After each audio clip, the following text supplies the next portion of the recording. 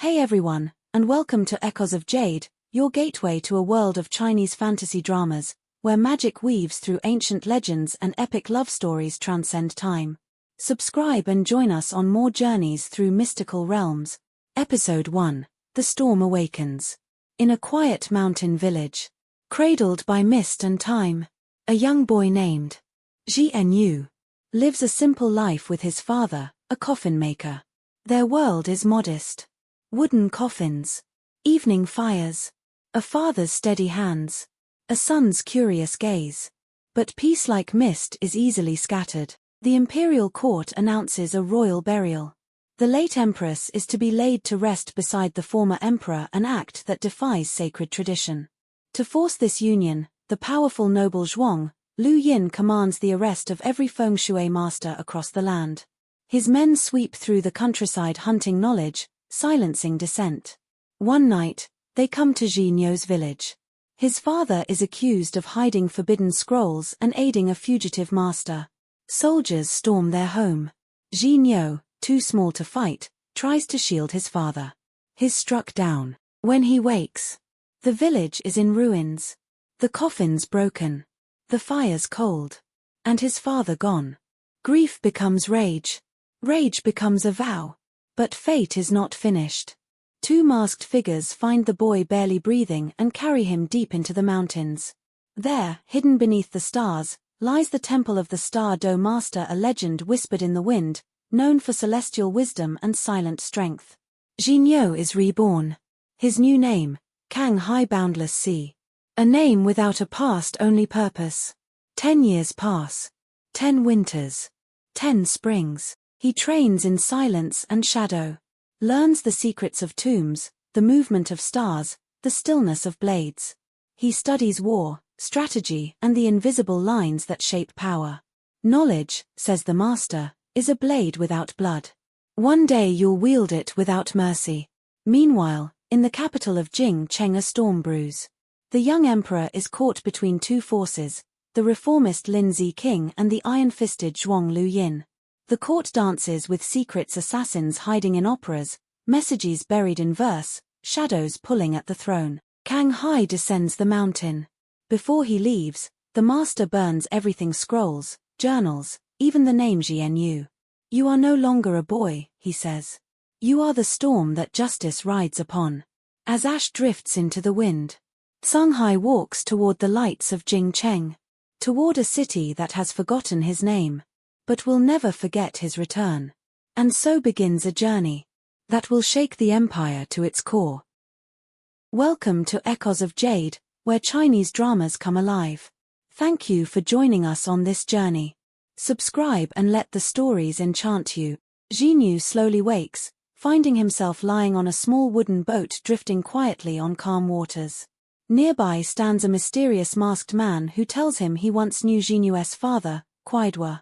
Memories flood back. His parents and younger sister Yuenu were brutally killed. Their home burned to ashes. In one tragic night, Zhenu became an orphan.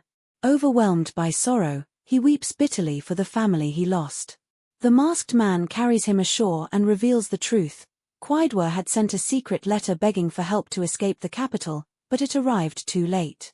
Only Zhenu survived the massacre. With tears drying, Zhenu vows to avenge his family and kill the ruthless noble Zhuang Luyin who destroyed them. The masked man warns, revenge is a long road. Zhuang Luyin's power is great. You must disappear, transform, and grow stronger before facing him.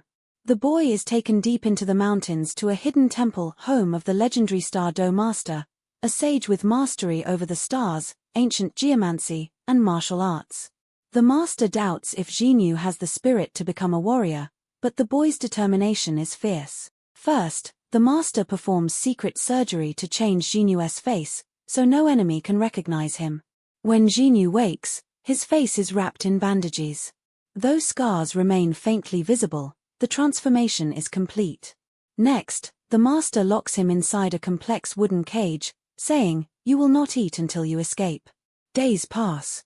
Starving and desperate, Zhenu recalls mechanisms his father taught him. Using all his strength and wit, he finally unlocks the cage. Exhausted, he has passed his first trial. Years of relentless training follow. Jinyu learns swordsmanship, strategy, the secret language of stars, and how to read the invisible forces shaping kingdoms. His body and mind grow stronger with each season. He sheds his old identity and is reborn as Zanghai, the boundless sea, a name with no past, only purpose. 10 years pass. One day, a new teacher arrives, a striking woman named Luchu, who teaches Zanghai to guard his heart. She warns that emotions are dangerous distractions. To survive, he must close himself off, hide his feelings, and focus on his mission. Though hard, Zanghai understands her wisdom. Later, the masked man returns with gifts and critical information about Zhuang Luin's household, his assassin Xujiao, traitor Chu Huaiming, and strategist Yang Zhen. They plan how to infiltrate Zhuang's estate. But the Star-Do master advises patience. The empire is unstable after the Empress Dowager's death. The time is not yet right. The masked man gives Zanghai a new identity, a fresh start. At dawn, Zanghai sets off alone for the capital city Jingcheng, ready to begin his journey. Once a frightened boy, now a man forged by loss, knowledge, and resolve, Zanghai carries the weight of vengeance and justice. His path will shake the empire to its core. Welcome to Echoes of Jade, where Chinese dramas come alive. Thank you for joining us on this journey. Subscribe and let the stories enchant you. After years of training, Ji Niu, now called Kang Hai, arrives in the capital to seek revenge. His mentor, the Star-Do master, burned all traces of his past training to protect him. Kang Hai must rely on his skills and his friend Jiao Ming, who reached the city ahead of him. Kang Hai heads to Zhenlu, the city's most famous pleasure house. He takes the most honored seat, the vermilion bird head, and orders a golden lamp. The madam, Xiong'an Tu, explains that lighting the lamp means booking the entire moon pavilion and paying for all guests' drinks, a privilege reserved for the highest nobility. Confused, Kang Hai prepares to leave, but Xiong'an Tu leads him downstairs. A shadow puppet play is showing. It tells a hidden story about the late Empress Dowager's death and the Emperor's struggle for power. The dragon and phoenix represent the Empress and Emperor. The play mocks officials as noisy toads, while showing two court factions, the reformist Lindsay King and the loyal Ping Jin Marquis Zhuang Luyin. The Emperor is hiding, caught in their conflict. Kang Hai notices suspicious men nearby and warns Xiong'an Tu of danger. She identifies them as guards of the powerful eunuch Cao Gonggong, who controls the city with his secret police. Confident in her place's safety, Xiong'an Tu is worried when Kang Hai says the situation is different because the play openly criticizes the court. Xiong'an Tu asks Kang Hai to protect the 8th prince, the play's hero. Kang Hai tries to avoid trouble, but she loudly claims he is the prince. The eunuch's guards rush in to capture him. Kang Hai flees but is saved by Jiao Ming, who pretends he is a drunken noble to confuse the guards. At an inn, Kang Hai shares what he learned with Jiao Ming. Jiao Ming says the key is the emperor, trapped between powerful forces. Outside, Zhuang Luyin orders a citywide hunt for feng shui masters, blaming them for unrest. Even coffin makers and butchers are arrested. Chu Jiao, Zhuang Luyin's deadly assassin, arrives with men to seize coffin maker Fan and his son. Kang Hai boldly claims to be a feng shui master and begs for the boy's release. Impressed, Chu Jiao arrests both but respects Kang Hai's courage. The captives are taken to the Marquis's underground dungeon, a deadly maze full of traps. Any escape attempt means death. Kang Hai tells prisoners to stay calm and avoid touching anything. Using his training, Kang Hai quickly realizes the dungeon is built based on the 9-star pattern of the royal tomb. He finds secret exits and guides prisoners where to stand to avoid traps. The tunnels contain ancient, complex mechanisms from the old emperor's tomb. Zhuang Luyin rules with cruelty, killing anyone who displeases him. To silence rumors about the empress's burial, he imprisoned over 80 feng shui masters here. Step by step, they move through the deadly maze, fighting fate and enemies alike, all in the shadow of revenge. Welcome to Echoes of Jade, where Chinese dramas come alive. Thank you for joining us on this journey. Subscribe and let the stories enchant you. After narrowly escaping the deadly traps in the underground tomb, Kang Hai emerges alive, shocking everyone, especially military advisor Chu Huaiming. They suspect Kang Hai is a descendant of the craftsman who built the royal tombs. Kang Hai admits to using the ancient 9-star method to survive, which intrigues Prince Zhuang Luyin. Despite knowing Kang Hai might be his enemy, Zhuang appoints him to handle the late Empress Dowager's burial. Kang Hai cleverly claims that imperial concubine Li, the emperor's mother, came to him in a dream and wishes to help reunite the Empress Dowager with the late emperor. His words convince both Zhuang and the emperor's close eunuch, Sun Gonggong. When the tomb of concubine Li mysteriously collapses, Zhuang believes its divine will and praises Kang Hai. But instead of rewarding him, Zhuang secretly orders his execution to keep the truth hidden. Kang Hai pledges loyalty and offers to use his feng shui skills to help Zhuang's son. An investigation into his past reveals a forged identity and mysterious background, raising suspicion. Still, Zhuang decides to keep him.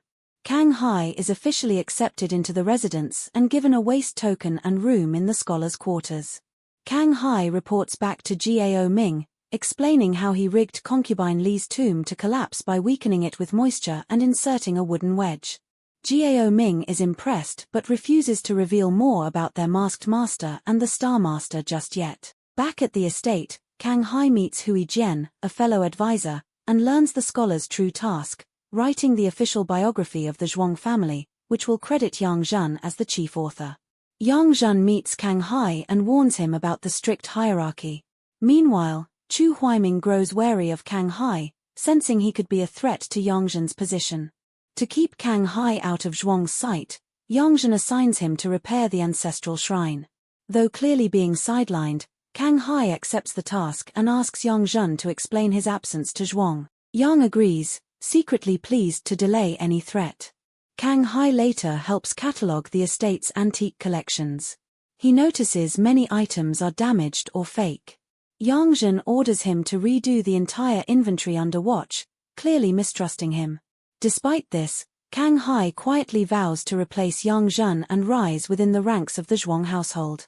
Welcome to Echoes of Jade, where Chinese dramas come alive. Thank you for joining us on this journey. Subscribe and let the stories enchant you. Yang Zhen, strategist of Zhuang Luyin, is wary of Kang Hai, who joins the Pingjin Marquis household under the guise of a talented geomancer. Kang Hai's true goal is revenge for the death of his family, yet Zhuang Luyin remains inaccessible. Yang pretends to value Kang Hai while secretly scheming against him. He assigns Kang Hai to recheck a list of imperial treasures. Guards wait outside the treasury, prepared to accuse him of theft. While working, Kang Hai accidentally activates a hidden mechanism. A locked iron door appears, but he can't access it. Returning to the treasury, he catches someone rifling through items. It's Zhuang Luyin's second son, Zhuang Zhixing. Years ago, Kang Hai and friends had locked Zhixing in a secret tunnel, but after undergoing facial surgery, Zhixing doesn't recognize him. When Zhixing drops a gold gourd while trying to steal it, Kang Hai confiscates it and promises not to report him. Kang Hai's thorough report, especially on the legendary Changfeng sword, impresses Zhuang Luyin, who tells Yang Zhen to mentor him. Yang, feeling threatened, joins forces with Chu Huaiming and plans a trap, a feast at the brothel Zhenlo. Meanwhile, Zhuang Zhixing owes Zhenlo a large gambling debt. Xiong Antu, the sharp-eyed madam, sees Kang Hai and instantly recognizes him as Jinyu, someone from her past. Suspecting danger, she tells her staff to monitor the banquet room. At the feast, Yang, Chu, and Qiu Jiao enjoy drinks and women. Kang Hai sits aside, feeling uneasy. They try to force Xiaoji, a singer, on him, but he politely refuses. Yang pressures him again, suggesting he resign and leave the household. When Kang Hai refuses, Qiu Jiao draws his sword. Yang uses Xiaoji as leverage, burning her with hot charcoal for failing to please. Kang Hai tries to stop them, but it's too late. Xiong Antu bursts in, using Zhuang Zhixing's name to scatter the attackers. Kang Hai begs her to help Xiaoji and asks her to hide her for safety. She agrees. He carries the drunk Zhixing home, where Gao Ming warns him to be cautious. Kang Hai believes Zhuang Luyin is finally taking notice of him. Later, Zhixing offers Kang Hai a bath in thanks. Kang Hai declines, asking about Zhuang Luyin instead. Zhixing grows alert and warns him not to pry. That night, thunder crashes as strange knocks echo from the late emperor's tomb. A eunuch finds the coffin moved and flees. Chu and Yang hear the news and plan to send Zanghai to investigate, hoping it will be his doom. Welcome to Echoes of Jade, where Chinese dramas come alive. Thank you for joining us on this journey. Subscribe and let the stories enchant you. Rumors swirl of the late emperor's ghost haunting the royal tomb. Alarmed, Zhuang Luyin fears blame from the emperor and turns to Yang Zhen and Chu Huaiming for help. The two deceitfully suggest Zanghai lead the tomb repairs, secretly plotting to entomb him alive. Claiming his fate aligns with the emperor's, they have him appointed assistant director at the Royal Astronomical Bureau. Zanghai quickly sees the trap. While his friend Jiao Ming worries, Zanghai believes he can survive the 3-month project and asks Jiao Ming to fulfill 3 secret missions. At the tomb, Chu Huaiming awaits. Inside, Zanghai finds the emperor's coffin displaced by floodwater. Drawing from his knowledge, he deduces the issue. The rerouted Yu River and recent rains overwhelmed the tomb due to neglected waterproofing. His sharp analysis exposes Chu Huaiming's failure. Zanghai also discovers Ji Kun, a former royal craftsman and close friend of his late father Kuai Duo, had tried to report the leak but was silenced. Zanghai, hiding his identity, channels his emotions into leading the repairs and fortifies the tomb with waterproof materials. Fearful of exposure, Chu Huaiming urges Zhuang Zhifu to eliminate Zanghai. That night, Zanghai secretly visits Ji Kun, who confesses his disillusionment after witnessing the regime's corruption. Meanwhile, Jiao Ming enacts the first of Zanghai's tasks. Pretending to be a blind soothsayer, he spills tiger urine in Zhuang Luyin's path, spooking his horse. Jiao Ming warns him of deadly misfortune. Disturbed, Zhuang Luyin invites him home for a ritual. Jiao Ming orchestrates a fortune reading, turning a bad omen into a good one through sleight of hand. Though Zhu Jiao suspects a trick, he finds nothing, and Jiao Ming leaves, mission accomplished. Soon, Zhuang Zhifu confesses his embezzlement during the tomb project. Furious, Zhuang Luyin listens as Yang Zhen seizes the moment, again suggesting Zanghai be sacrificed to save face. Reluctantly, Zhuang Luyin gives him full control. Despite the plot, Zanghai completes the restoration. During the workers' celebration, Chu Huaiming storms in, declaring Ji Kun and 7 others must be buried alive with the emperor. He then stuns all, claiming Zanghai has volunteered to die alongside the Empress Dowager. To everyone's shock, Zanghai agrees. But behind his calm smile lies a deeper plan. The true game has only just begun. Welcome to Echoes of Jade, where Chinese dramas come alive. Thank you for joining us on this journey. Subscribe and let the stories enchant you. Episode 7. Zanghai and his father's loyal friend Ji Kun spent months restoring the Empress Dowager's tomb. Just as the project neared completion, court official Xu Huaiming and scheming advisor Yang Zhen plotted for Zanghai and 8 master craftsmen to be buried alive inside, honorably sacrificed. But Zanghai had foreseen it all. He agreed without hesitation, but in secret, he laid a trap of his own. The craftsmen were resigned to death for the sake of their families, knowing refusal meant cruel punishment. Zanghai swore to lead them out alive, or more innocents would follow their fate. On the burial day, the Empress Dowager's coffin entered the tomb. As the palace sealed the entrance and prepared the deadly dragon severing stone, Zanghai led his team deeper into the crypt. Xu Huaiming served them poisoned wine, smiling as the stone gate fell shut. But Zanghai searched for the escape trigger, a hidden mechanism. Arrows flew. Blood spilled. Craftsmen died shielding him. Ji Kun, mortally wounded, used his body to hold the gate open. Zanghai fled, soaked in blood. When he emerged alive, nobles gasped. Yang Zhen demanded he return to die, but Zanghai turned the tables, claiming Yang's fate aligned with the late emperor's. Xu Huaiming, under pressure, confirmed it. Tricked, Yang stepped inside only to be trapped, pierced by arrows. In his final breath, he cursed Zhuang Luyin and exposed his crimes. But it was too late. Welcome to Echoes of Jade, where Chinese dramas come alive. Thank you for joining us on this journey. Subscribe and let the stories enchant you. Episode 8. After narrowly escaping the deadly tomb trap, Zanghai returned not in defeat, but as a rising force. Yang Zhen and Xu Huaiming had plotted to kill him, but in a stunning twist, Yang Zhen ended up buried alive. With a clever illusion staged by Gao Ming posing as a fortune-teller, Zanghai was branded as the destined savior of General Zhuang Luin. Though skeptical, Zhuang spared Zanghai's life, yet made it clear any betrayal would mean death. Zanghai didn't flinch.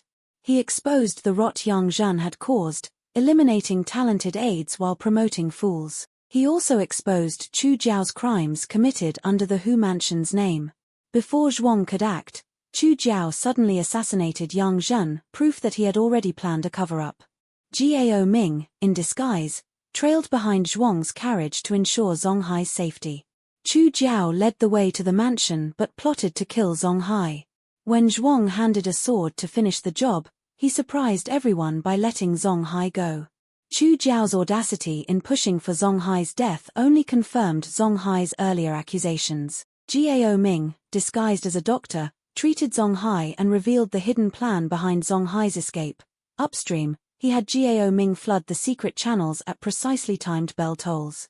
When the 9th bell struck, the water flow lowered just enough to stop the crushing dragon-severing stone. It was a risky and brilliant move, and it worked. Though Zanghai survived, danger lingered. Word spread quickly. Officials began accusing Zhuang Luin of orchestrating murders at the imperial tomb. Zhuang's advisor Zhuang Zhifu suggested killing Zanghai, disfiguring his corpse, and blaming him instead. But the next morning, news broke: Chu Jiao had mysteriously died in the night. Zanghai was now untouchable. He was named chief historian of the Hu Mansion, moved next door to Zhuang Luin, and given privileges even Yang Zhen never received. Zhuang tested his loyalty, removing Yang's old staff and assigning Zanghai to prepare the late father's memorial ceremony. Zhuang suspected ambition in Zanghai, perhaps even grooming him to support Zhuang Zhifu's future rise or to destroy him if he strayed. At a secret meeting, Zanghai reported to Gao Ming. Together, they planned carefully. Removing Zhuang would require patience and precision. Later, as Zanghai tried to dine in the city, no one dared serve him. He was summoned by Xiong Antu and the mysterious owner of the Zhen Tower, Xu Ben. Lavishly treated, Zanghai was offered chests of gold and silver, but he declined. Instead, he demanded two things: to sit at the Vermilion Theatre on the 1st and 15th of every month, and for Xu Ben to return treasures Zhuang Zhixing had lost. Xu Ben hesitated, sneaking glances at Xiong Antu. Zanghai saw through the act. Xiong Antu finally revealed the truth: she was the real boss of Zhen Tower. And she wanted a private talk with the man who had just outplayed death. Welcome to Echoes of Jade, where Chinese dramas come alive. Thank you for joining us on this journey. Subscribe and let the stories enchant you. Episode 9. At just 8 years old, Zanghai witnessed the brutal murder of his parents and younger sister. Hidden in an escape tunnel, he survived, rescued by a masked warrior who sent him to Master Xingdo to study architecture and geomancy. 10 years later, Zanghai embarks on a path of revenge. With his teacher Gao Ming, he heads to the capital to find and destroy the man behind the massacre, Zhuang Luin. Upon arriving in the capital, Zanghai meets Xiong Antu, an intelligent and mysterious woman who explains the political tensions in the city. She saves him from an assassination attempt, and though she tries to form an alliance, Zanghai refuses, claiming he's only serving Zhuang for fame and fortune. Xiong Antu grows wary of his talent and influence, fearing he may help Zhuang gain military power, which could bring chaos to her homeland. She secretly plans to eliminate him but knows it will take time. Rumors begin to spread. Some say Zanghai is Zhuang's illegitimate son, others claim he's searching for an elixir of immortality. These rumors are Xiong Antu's doing. Master Gao urges Zanghai to apologize to keep their true mission, assassinating Zhuang, on track. But when Zanghai tries to apologize, Xiong Antu refuses to see him. Meanwhile, gifts flood in from officials after Zanghai becomes Zhuang's top strategist. He cleverly uses this influence to build Zhuang's public reputation while avoiding suspicion. Later, Zanghai sneaks into a hidden vault beneath the estate and finds bloody clothes from his parents and a copper fish token, evidence of a bigger conspiracy. Overcome by grief, he collapses in sorrow and vows revenge. Zanghai plans to poison Zhuang, but the opportunity never arises.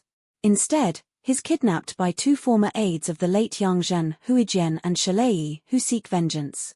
During the torture, Zanghai recognizes a special dagger set once gifted by his father to Guan Feng, his long-lost senior apprentice brother. He reveals his scarred back, which Guan Feng treated in the past. Shocked, Huijian realizes Zanghai is the boy he thought was dead. The two embrace, sharing stories of survival.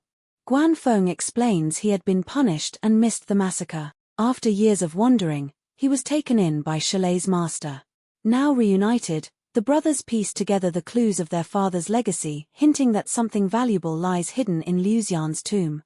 The bond of brotherhood, long-lost identities, and haunting secrets resurface, intensifying the battle for justice in the capital's dark underbelly. Welcome to Echoes of Jade, where Chinese dramas come alive. Thank you for joining us on this journey. Subscribe and let the stories enchant you. Episode 10. Zanghai and his long-lost brother Guan Feng reconnect and recall the mysterious threatening letters. Zanghai believes someone is after the treasure his father, Kuai Tuo, brought back from Dongxia. Guan Feng remembers Kuai Tuo returned from the southwest, leading Zanghai to suspect the treasure is hidden in Liu Xian's tomb. Together with Shalei, the three head to the tomb. Zanghai remembers visiting it with his father as a child, who sealed it shut to deter grave robbers.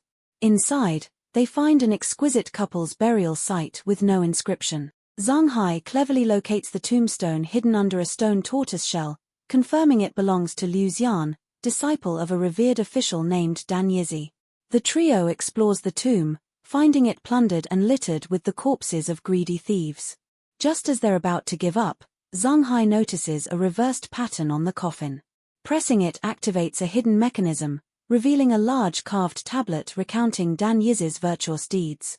Zanghai finds a familiar chisel nearby, once used by his father. The final character on the stone is missing. Zanghai locates it, the character, and completes the phrase, triggering another mechanism. A secret compartment opens to reveal a bronze box, the Qingtong Jiu, a deadly weapon forged by Kuai Tuo. Fearing it would fall into the wrong hands, he had hidden it here. But Zanghai now believes the real treasure from Dongxia isn't here. He safely stores the box and asks Guan Feng and Shalei to reveal the tomb, choosing to face the danger alone. Back in the capital, Zanghai prepares to assassinate Zhuang Luin during a family memorial ceremony. He rigs the bronze box inside an incense burner. During the rite, Zhuang's son is absent, prompting Zanghai to stall. Zhuang becomes suspicious, but Zanghai and Zhuang Shan deflect his doubt by claiming the incense contains gold threads meant to honor Zhuang's military past. Zhuang orders the burner checked, but finds nothing. Zanghai is shocked. The mechanism box has vanished. Tracking a servant cart, Zanghai is intercepted by the masked man who once saved him. The man holds the device and reveals the truth. The entire ceremony was a trap. Zhuang was testing Zanghai's loyalty. Zanghai, stunned, realizes how close he came to ruining everything. He confesses to Zhuang, claiming someone tried to bribe him into poisoning him. Surprisingly, Zhuang doesn't punish him, he even comforts him. Zhuang claims many want him dead and promises to investigate the sender himself. Later, the masked man reveals Zanghai has three enemies, not just Zhuang, but also the Grand Eunuch Cao Jingxian, and a hidden third party. Each seeks the treasure Kuai Tuo brought back. Zanghai recalls the copper fish emblem in the secret vault, only one remains. Zanghai, burning with the desire for revenge, realizes he must bide his time. He hides the bronze box behind a plaque in his room, waiting for the perfect moment to strike. Welcome to Echoes of Jade, where Chinese dramas come alive. Thank you for joining us on this journey. Subscribe and let the stories enchant you. Episode 11. Xiong Antu invites Zanghai to become a key figure at Zhenlo, but he refuses, fearing ties to her will disrupt his revenge plans. Furious, Xiong Antu worries he'll help Zhuang Luin expand power through conquest, which would endanger her people. Outraged, She orders the Eighth Lord to spread vicious rumors, even claiming Zanghai is Zhuang's illegitimate son. These rumors flood the capital. Realizing Xiong Antu is behind it, Zanghai visits Junlo with gifts to make amends. He bumps into a commanding woman, the infamous Eighth Lord. Xiong Antu mocks him, but Zanghai humbly apologizes and pleads for her to stop the rumors. Though skeptical of his intentions with Zhuang, Xiong Antu finally agrees to help. Before leaving, Zanghai notices a merchant below, a displaced man from Dongxia making ends meet. He buys a small pouch from him, a subtle show of respect for their shared roots. Zanghai then consults Gao Ming about uncovering the third enemy who seeks the treasure. They consider using someone close to Zhuang. Though unreliable, Zhuang Zhixing seems the best candidate. Zanghai promises to help him rise in the household, so he can secretly uncover Zhuang Luin's secrets without arousing suspicion. It's revealed Xiong Antu is actually the princess of Dongxia, captured and brought to Daong as a child during Zhuang's campaign. Granted the title Princess Royuan, she grew up learning etiquette and history in the palace. She and a palace maid became inseparable, often sneaking out for adventures. Years later, now grown, Xiong Antu buys and revives Junlo, turning it into a performance hall and giving the Eighth Lord her own stage. Meanwhile, Zhuang Zhixing overhears people mocking him while bathing. Zanghai defends him publicly, winning his trust. Zanghai encourages him to believe he can become heir to the household. Infuriated, Zhixing finally sees his stepmother's manipulations. Later, as they drink, Zhixing forces Zanghai to down medicinal wine that exposes his scars. He remembers imprisoning a boy named Jinyu years ago, the same boy who bears identical scars. Zhixing realizes Zanghai is Jinyu, back for revenge. When Zanghai dodges the accusation, Zhixing confirms his suspicions. He knows Zanghai orchestrated the deaths of Yang Zhan and Chu Jiao. Zhixing recalls the night of Kuai Tuo's family massacre and suspects his father was behind it. However, he pleads with Zanghai not to kill Zhuang, he's the only family Zhixing has left. He gives Zanghai one day to leave the capital for good. That night, Zanghai rushes to Gao Ming. Zhixing, cleverer than expected, used the wine to expose his identity. Gao Ming suggests having Guan Feng and Shalei eliminate Zhixing during the family's ancestral ceremony. Zanghai hesitates. That night, he secretly follows Zhixing to a graveyard and prepares the deadly bronze box to silence him once and for all. Welcome to Echoes of Jade, where Chinese dramas come alive. Thank you for joining us on this journey. Subscribe and let the stories enchant you. Episode 12, Zhuang Zhixing visits his mother's grave at night. Zanghai follows, ready to kill him, but notices poisonous dueling Naxing flowers only native to Nanjiao growing on the grave. This raises suspicion. Was Zhixing's mother poisoned? Zanghai tells him the flowers shouldn't grow here unless the body carried the seeds. Zhixing doesn't believe it and attacks Zanghai, forcing him to leave. Later, Zhixing grows doubtful. He tries to talk to Zhuang Luin about it during a family visit to the cemetery, but gets ignored. During the ritual, Zhixing secretly places dueling Naxing flowers in a vase. Jiang Xiong notices and becomes alarmed, ordering the flowers destroyed. Zhixing lures Zhuang Luin to his mother's grave under the pretense of hunting. When he shows him the flowers again, Luin scolds him harshly. Devastated, Zhixing digs up the grave himself. Zanghai arrives to help. Inside the coffin, Zhixing finds his mother's fingers twisted. Zanghai identifies this as classic poisoning symptoms.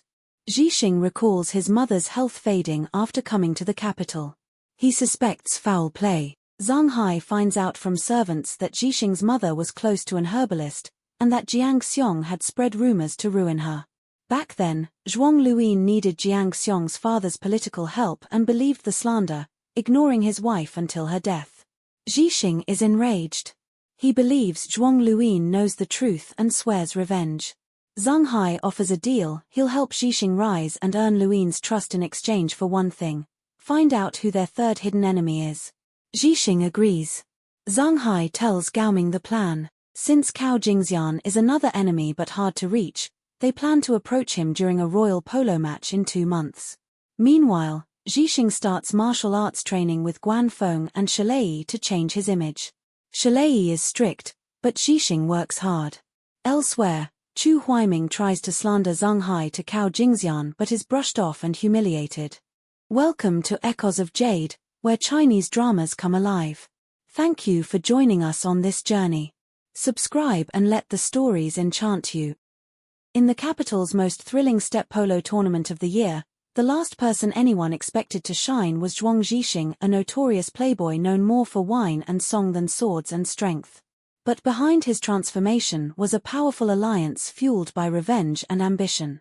Zanghai and Zhuang both burned with the desire to avenge their loved ones. Zanghai, clever but powerless, saw potential in Zhuang and plotted to help him rise in status by winning the prestigious game and earning the trust of Lord Zhuang Luin. To make this happen, he sought help from Xiong Antu at the famed Zhenzhen house. Xiong Antu laughed at the idea Zhuang was a joke in the city. But Zanghai insisted. When silver wasn't enough, Zanghai handed over his jade pendant as payment. Still short, Xiong Antu struck a deal. She'd make her money back through shadow plays, betting, and selling every bite and bath Zhuang ever enjoyed at Zhenzhen. Zanghai found Zhuang partying and dragged him to a pigsty, forcing him to remember his vow to his mother. Humiliated but awakened, Zhuang climbed out of the muck, both literally and metaphorically. With hard training under the guidance of Shalei and Guanfeng, Zhuang transformed. He trained day and night, his once soft hands turning calloused, his lazy eyes burning with fire. 2 months later, he entered the arena wearing blue battle robes, determined and sharp. The red team struck early, mocking him with every goal. But Zhuang held his fury, blocked attacks, rallied his team, and led a stunning comeback. With seamless teamwork and fierce resolve, the blue team triumphed. Thanks to a shadow puppet show by the 8th young master, the city was abuzz. Zhuang Zhixing's name soared. Lord Zhuang Luin was overjoyed and even introduced Zanghai to top officials. But behind the scenes, danger brewed. Cao Jingxian, the emperor's enforcer, awarded Zhuang and took keen interest in Zanghai. Though intrigued, Zhuang Luin warned Zanghai once inside the supervision court, escape was impossible. That night, Cao sent his foster son Lu Jin to investigate Zanghai's past in Qingchuan town. A local veggie vendor tricked Lu Jin's men and ambushed them. Lu Jin escaped alone, barely. Now wary, Zanghai knew the time wasn't right to strike. But the game of shadows had just begun. The fool had become a hero, and the capital would never be the same. Welcome to Echoes of Jade, where Chinese dramas come alive. Thank you for joining us on this journey. Subscribe and let the stories enchant you. Episode 14. Kang Hai arrives at the Pillow Tower seeking help from the enigmatic assassin Xiong Antu, who greets him mid-bath, unbothered by his awkwardness. With urgency in his eyes, Kang Hai pleads with her to eliminate Lu Jin. Though hesitant, Xiong Antu is swayed by Lu Jin's brutal reputation and agrees on one strange condition: Kang Hai must wash her hair. Awkwardly obliging, his skilled hands betray a past of caring for his mother. Intrigued and moved, Xiong Antu seals the deal. But her help comes with another request: Kang Hai must forge Lu Jin's handwriting to trick Lord Cao Jingxian. Meanwhile, Lu Jin's return is delayed as he's ambushed. With unmatched martial skill, he fends off his attackers but suffers grave injuries. As storm clouds gather, Lu Jin limps toward Cao's manor, only to be ambushed by Xiong Antu. She slays him in the rain and places his body in Kang Hai's carriage, allowing his head to peek out, drawing the attention of Cao's guards, who follow silently. Back at the Marquis' residence, Kang Hai and Xiong Antu stage a ruse. She disguises as Lu Jin, while Kang Hai pretends to conspire with her. The secret police, watching from the shadows, believe Lu Jin is very much alive. But Xiong Antu grows suspicious. Could Kang Hai be hiding his true identity? She threatens to expose him, but he begs for time to finish what he started. To buy more, he has Zhuang Zhixing delay his father, Zhuang Luin, with a celebratory feast. Meanwhile, General Jiang arrives wearing a red dress from a long-past victory, hoping to steal a moment with Luin. They reminisce while Zhuang Zhixing patiently waits outside, unknowingly stalling chaos. As dawn breaks, Xiong Antu and Kang Hai sit by the window in full view of the watchers. The spy reports back. Lord Cao now believes Lu Jin and Zhuang Luin spent the night in deep conversation. Infuriated, Cao storms the Marquis' home. Kang Hai blocks him at the door, risking his life. Just as Cao orders Kang Hai's death, a spy bursts in. Lu Jin's body has been found in the Guangji River. Cao rushes to the site with Kang Hai in custody. Zhuang Luyin wakes to find his son still guarding the door and hears the news. At the riverside, Lu Yang performs an autopsy, uncovering a hidden letter inside Lu Jin's corpse.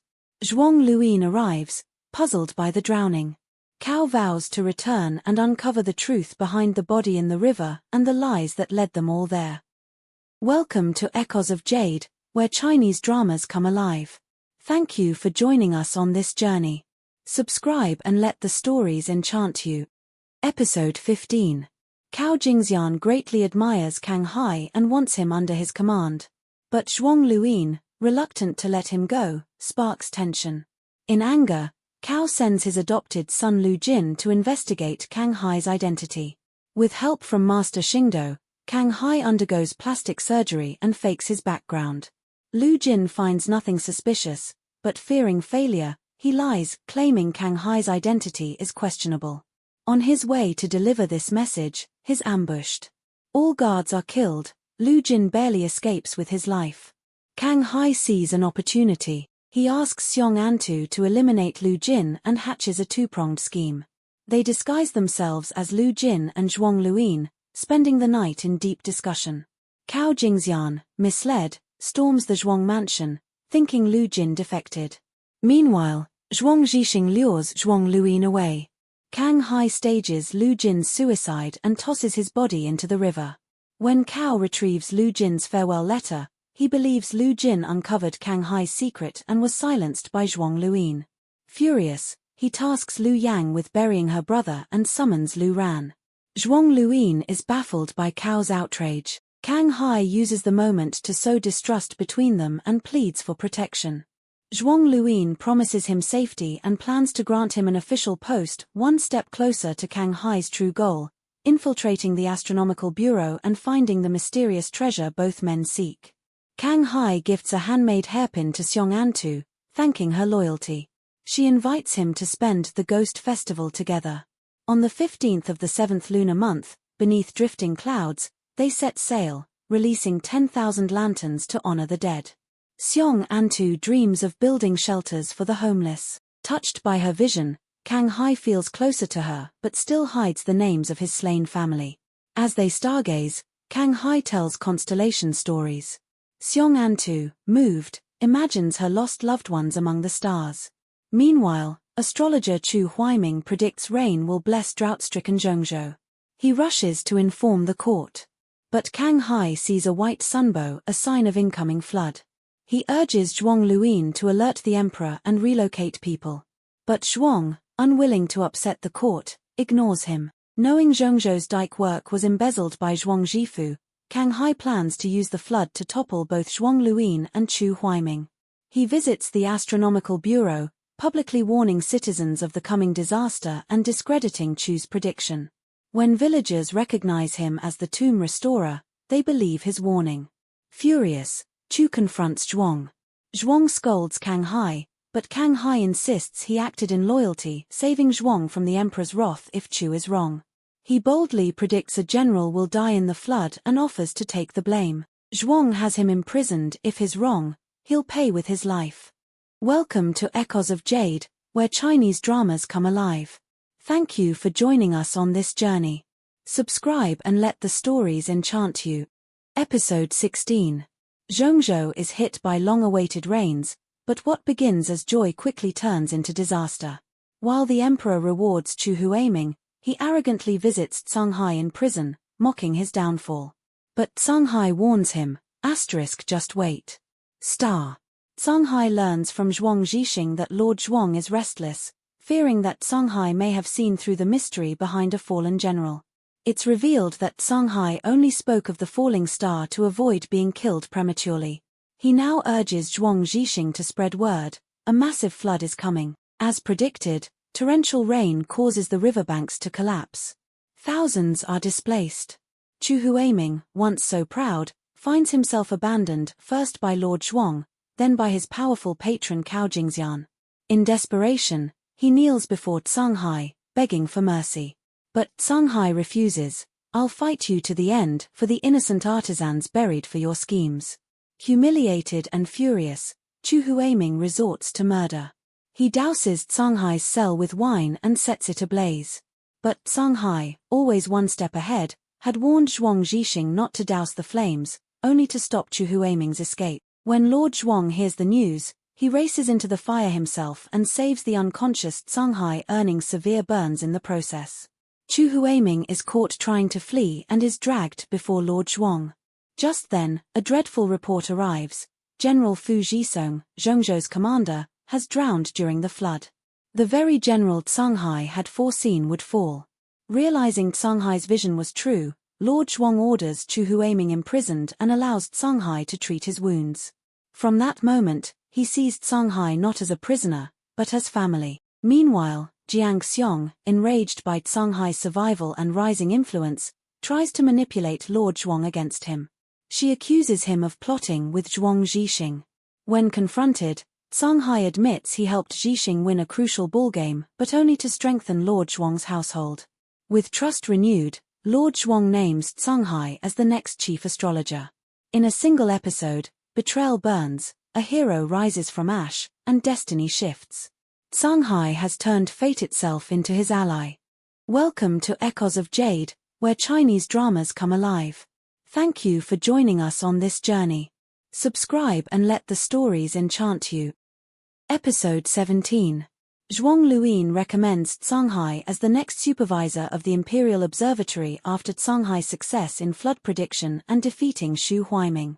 Still cautious, Zanghai tries to gain Zhuang's trust. Gao Ming urges him to exploit Zhuang's emotional weakness, his past love, Shen Wan. Zhuang once loved Shen Wan, his childhood sweetheart, but married Jiang Xiong, the daughter of the Minister of Rights, for political gain. During a failed campaign, Jiang Xiong abandoned him, while Shen Wan disguised herself as a man to care for her wounded father on the battlefield. Zhuang recognized her. Their love rekindled and they had a son, Zhuang Zhixing. After Zhuang's military victory, Jiang Xiong returned, and Shen Wan voluntarily stepped aside. However, with Zhuang's silent consent, Jiang Xiong poisoned Shen Wan. Zanghai sees Zhuang's coldness toward Zhixing as guilt, and decides to reach him through that regret. When Zhuang visits Shen Wan's former home, now overgrown except for a single resilient plum blossom, Zanghai advises him to cherish what remains, not drown in the past. Moved, Zhuang becomes more affectionate to Zhixing, who, in turn, becomes grateful to Zanghai. Later, Zhuang secretly calls Zanghai to the treasury's chamber, confessing his suspicion that the emperor had his rival Fu Jisong killed. Though the emperor now wants Zhuang as governor of Zhongzhou, Zhuang fears he'll share Fu's fate. Zanghai suggests watching and waiting. Zhuang tasks Zanghai with finding the ****Gui seal ****, a mystical artifact said to have caused his first military defeat when a horde of monsters appeared to defend Dongxia. He later won against Dongxia only after the Gui seal vanished. Rumors say it was created by the Kunlun goddess for Dongxia's rulers. Zhuang shows Zanghai a bronze fish relic, which might be part of the seal. Recognizing it as his late father Kuaidu's keepsake, Zanghai hides his grief while asking about the remaining pieces. Zhuang dodges the question. Zanghai then consults Gao Ming, hoping to locate the last of his three enemies. The emperor bypasses Zhuang and appoints Wu Mafu as Zhongzhou's new governor, rewarding Zhuang with silver. In return, Zhuang recommends Zanghai as supervisor. The court agrees. Zhuang even gifts him Xu Huiming's old estate, now renamed ***Kang Residence ***. On his first day at the Imperial Observatory, memories of childhood visits with his father overwhelmed Zanghai. The staff welcomes him, but he quickly realizes their lax attitudes. Disappointed, he plans a reform. He visits the Restoration Division, where Director Shi Quan is restoring Fu Jisong's body with students observing. Zanghai helps with the process, praising Shi Quan's skill. But Shi Quan coldly warns him, he doesn't care for Zanghai's motives, only peace and quiet. As the day ends, Zanghai recognizes the decay of the observatory but remains determined to rebuild it, one reform at a time. Welcome to Echoes of Jade, where Chinese dramas come alive. Thank you for joining us on this journey. Subscribe and let the stories enchant you. Episode 18. From the moment Zanghai crossed the vermilion gate of the Astral Bureau, he smelled rot beneath the incense. Clerks slouched over abacuses, diviners sold burial dates, and whole fields had been stolen by men who claimed to read the stars. Before dawn he unrolled a scarlet decree: 3 new laws: do your duty, take no private coin, and never meddle in the weddings or graves of common folk. The ink was still wet when protests rose, but his stare cut sharper than their words and resistance collapsed. His voice boomed through marble corridors like thunder rolling off distant peaks. That same night word came that exiled Inspector Chu Huaiming had died miserably on the road. Zanghai expected cheers, yet junior scribe Shaquan burned paper for the man who had once ruined him. Intrigued, Zanghai rescued a half-charred letter, advice Chu ignored. He asked Shaquan to help him cleanse the bureau and, on the scribe's whisper, slipped west to Taiyan Alley.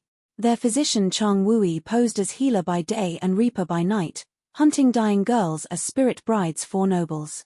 Tomorrow the third young lord would be buried, and Chang coveted fever-thin Liang Xiaoyan. He bribed her brother Liang Wenxing with silver and poison. When the youth balked, Chang knocked him senseless and reached for the cup himself. Lightning cracked, bodyguard Shi Lei burst in, chained the false doctor, and dragged him to Zanghai. Dawn crammed every official into the council hall. Zanghai marched Chang before them, then recited, name by name, the crimes of Director Minute Shining: stolen acres, fake omens, orphan girls sold like cattle. Minute begged, iron shackles answered. One by one the rest surrendered, confessions piling higher than altar candles. At dusk Zanghai returned to his childhood home, a charred skeleton among weeds. He saw, in the suit, echoes of laughter: father, mother, little sister. Then the flames, the slaughter, the vow that had led him here. Tears blurred the ruins, yet resolve burned steady. Visitors followed. Young noble Zhuang Zhixing arrived with gifts and a plea to join the army. Zanghai urged him to earn glory and crush his scheming kin. Tavern keeper Gao Ming raised a hidden toast, assigning Shi Lei and windwatcher Guangfeng as aides. Even the enigmatic merchant Lady Xiong Antu came, her chests gleaming with treasure and unspoken affection. She pressed him to share his heart. He spoke only of vengeance unmet. Disappointed, she left, though the blush in her eyes lingered. When silence fell, Gao Ming guided Zanghai to the charred threshold once more. Do not forget, the older man warned. Zanghai touched the cold ashes where a cradle had stood and swore, the corrupt will fall, the innocent rest, and his family's spirits blaze brighter than any celestial light. Welcome to Echoes of Jade, where Chinese dramas come alive. Thank you for joining us on this journey. Subscribe and let the stories enchant you. Episode 19. Zhuang Zhixing, driven by the tragic loss of his mother, finally earns permission to join the army. He leaves a message for Zanghai before his departure, unaware that this marks a turning point in both their lives. Meanwhile, Xiong Antu bravely confesses her feelings to Zanghai, but his heart is bound by vengeance, not love. Though he cares for her, he avoids giving a definite answer. Xiong Antu, heartbroken, falls ill from longing. At the military camp, Zhuang hides his identity, using the alias Shen Xiaoxing. A pampered noble by upbringing, he finds himself unprepared for the harshness of army life: shared quarters, coarse food, and constant ridicule from fellow soldiers. Humiliation mounts as they prank and bully him. Zhuang endures in silence, determined to grow stronger. Back in the capital, Zanghai waits in vain at Liu Dao Pavilion for Xiong Antu, drinking 6 pots of tea before leaving. By the time she arrives, beautifully dressed, he is gone. Angry and hurt, she vows never to see him again. Unaware of her decision, Zanghai refocuses his energy on finding his final enemy. Back at camp, things spiral for Zhuang. He's sabotaged during training, accused unjustly, and publicly punished. Pushed to his limit, he lashes out at a fellow soldier, only to be rescued by flag captain Xiong Hong. Though grateful, Zhuang overhears Xiong admitting he helped only because he knew Zhuang's true identity. This betrayal stings deeply. Crushed by disillusionment, Zhuang tries to desert the army but runs into Zanghai. Their confrontation is raw. Zhuang believes everyone only values him for his bloodline or potential usefulness. Zanghai reminds him of his mother's death and urges him to return and fight for justice. Zhuang finally agrees, pain hardening into resolve.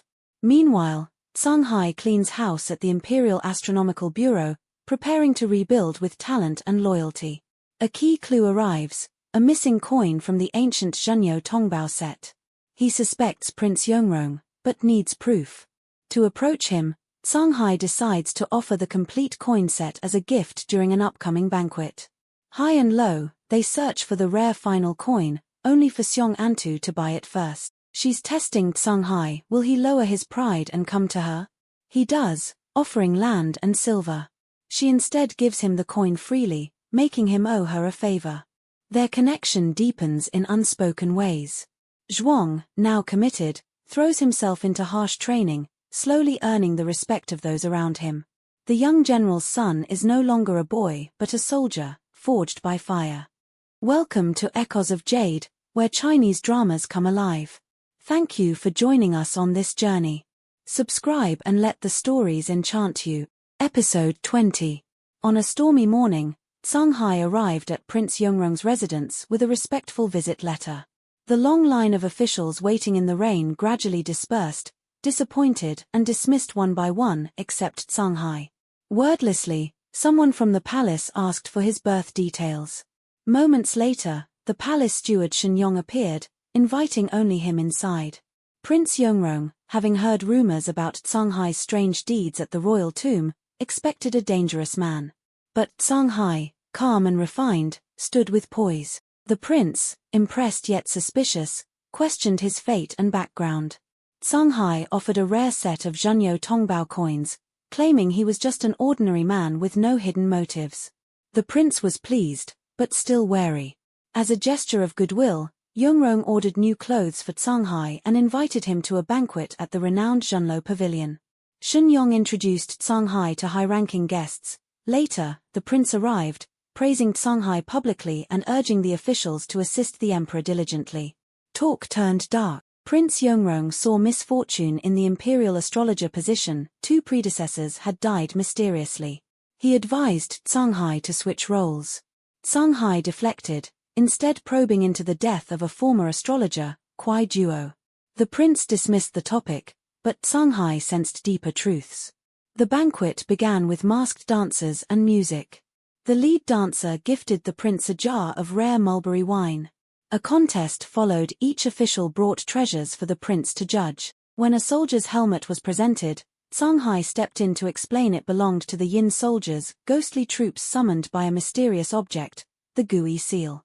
Prince Yongrong went pale. His own father had died because of that very artifact. Zanghai was awarded mulberry wine by the lead dancer, whom he recognized as Xiong Antu.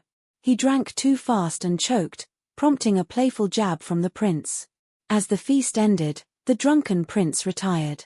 Xiong Antu secretly approached him, asking about the Gui seal's whereabouts.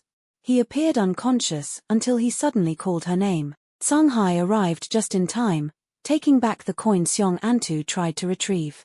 Claiming the prince had dropped it at the banquet, he smoothly diffused suspicion.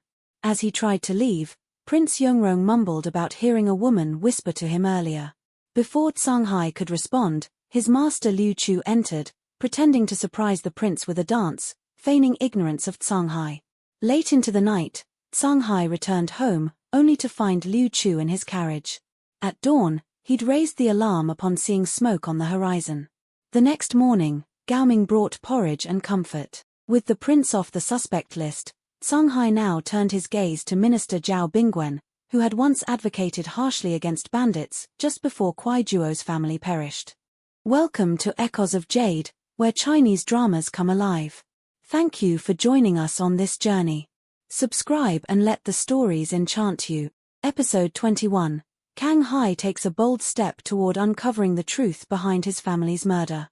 He begins by eliminating one more suspect, Prince Yongrong. Upon investigating, Kang Hai learns the prince was hosting a river banquet the night the crime occurred, clearing his name. Seeking new leads, Kang Hai pays a visit to Zhao Bingwen, a former Grand Secretary once known for defending Kang Hai's late father.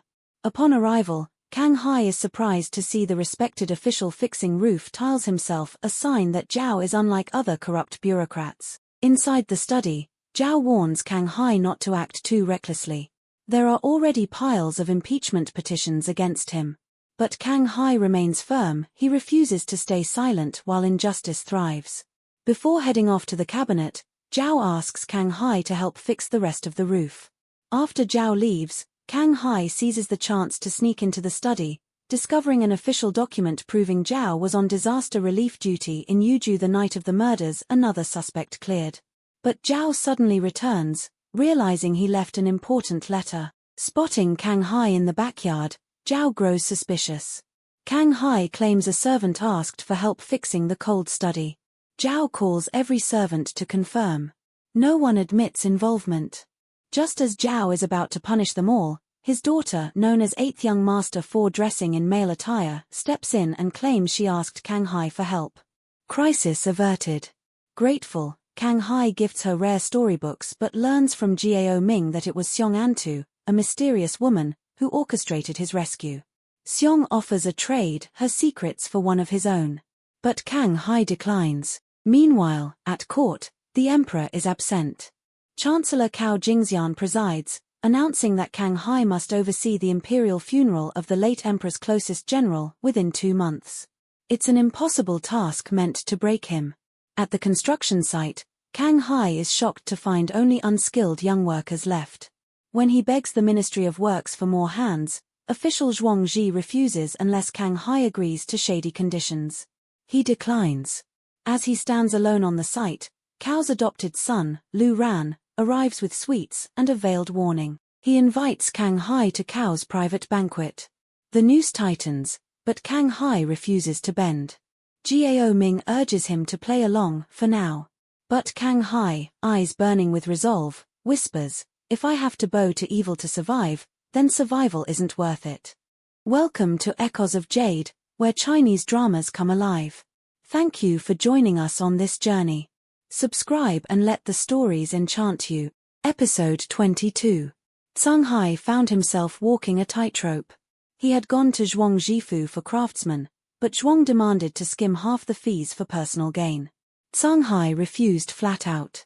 In retaliation, Zhuang withdrew all his craftsmen, leaving Zanghai stranded. When Lord Cao Jingxian heard, he sent his adopted son Luran to persuade Zanghai to submit. Zanghai stood his ground. With no choice, Zanghai summoned Shaquan, Shalei, and Guanfeng, loyal friends, to help build Fujison's tomb. But then, Luran arrived again, delivering an ultimatum. The tomb must be finished by the Double Ninth Festival, or Zanghai's life was forfeit. When Shaquan protested, Luran drew his sword. Zanghai shielded Shaquan, begging for mercy. Only when Luran evoked the name of his fallen brother Lu Jin did he relent. Cornered, Zanghai devised a bold strategy, pit Cao Jingxian against Zhuang Luin. When Zhuang Jifu came feigning concern, Zanghai didn't buy the act. Still, he handed over the tomb's ledger to Zhuang, who returned the craftsman with cheap materials in tow. Word reached Cao Jingxian that Zanghai was working with Zhuang Jifu. He quickly ordered Luran to tip off Zhuang Luin. Furious, Zhuang Luin summoned Zhuang Jifu, who groveled and blamed everything on Zanghai. Only Minister Jiang Xiong spoke in his defense. Zhuang Luin ordered the return of all embezzled silver. Then Zhuang Luin confronted Zanghai. Zanghai claimed he had made the decisions alone, out of greed, to protect the Hu family. Zhuang Luin didn't believe him, but let him go, for now. Meanwhile, Zhuang Zhixing returned from the front, promoted for his valor. Zhuang Luin was proud. At court, minister he proposed burying Fujison 10 days before the festival. Zanghai confessed the tomb wouldn't be ready. Cao Jingxian, enraged, threatened to report to the emperor. But Zhuang Luin intervened, suggesting a post-festival burial. Officials agreed with him. Outvoted, Cao had to give in, but vowed revenge. Later, Cao summoned Zhuang Jifu and confronted him with piles of corruption charges from regional officials. Zhuang knelt, terrified. Cao promised protection, and Zhuang swore loyalty. Cao then demanded Zhuang uncover what Zhuang Luyin was secretly looking for. When Zhuang hesitated, Cao executed an official on the spot. Shaken to his core, Zhuang rushed to flatter Zanghai, gifting him jade and promising to visit the next day. Welcome to Echoes of Jade, where Chinese dramas come alive. Thank you for joining us on this journey. Subscribe and let the stories enchant you.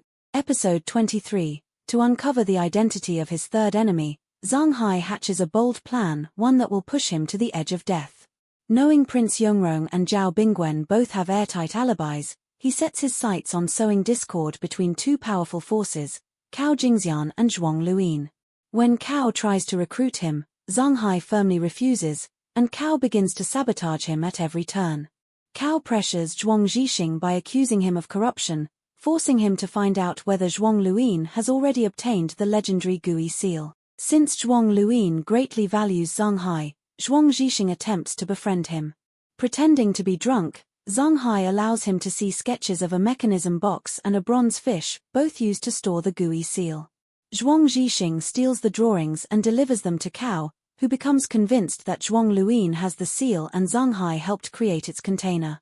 In a staged drinking session at Drunken Spring Pavilion, Zanghai feigns intoxication while feeding Zhuang Zhixing false information. The Gui seal lies in the treasury cellar of the Marquis's manor. Overhearing this, Cao believes he has outsmarted everyone. When Zanghai murmurs in a drunken haze that even Zhuang Zhixing's brother knows the seal's location, Cao manipulates Zhuang Zhixing into attempting to kill Zanghai. Zhuang Zhixing stabs him with Cao's knife, but just as Liu Yang moves in for the final blow, Shalei intervenes, saving Zanghai in a dramatic fight. Bleeding heavily, Zanghai is rushed to the Marquis's manor, where he warns Zhuang Luyin of Cao's plot and begs him to rescue Zhuang Zhixing. But when Zhuang Shan demands Zhixing's release, Cao instead frames him for attempted murder and locks him away. As Zanghai battles for life, he instructs Jiao Ming to spread false rumors to heighten tensions between Cao and Zhuang Luyin. Zanghai is certain that Cao will make his move for the Gui seal and involve the one man who knows its origin, the third enemy from Zanghai's past. Tracking Cao secretly, Zanghai and Shalei follow him to the royal hostage palace. Zanghai sneaks in via an underground water channel and overhears Cao plotting with one of the hostages to steal the Gui seal on Zhuang Luyin's birthday banquet. Shockingly, the hostage turns out to be Xiong Antu. Zanghai urges Zhuang Zhixing's brother, Zhuang Zhixing, to bring reinforcements. Meanwhile, Zanghai arranges to meet Xiong Antu the next night. But Xiong Antu, determined to keep him safe, sends someone to delay Zanghai while she proceeds with Cao's plan.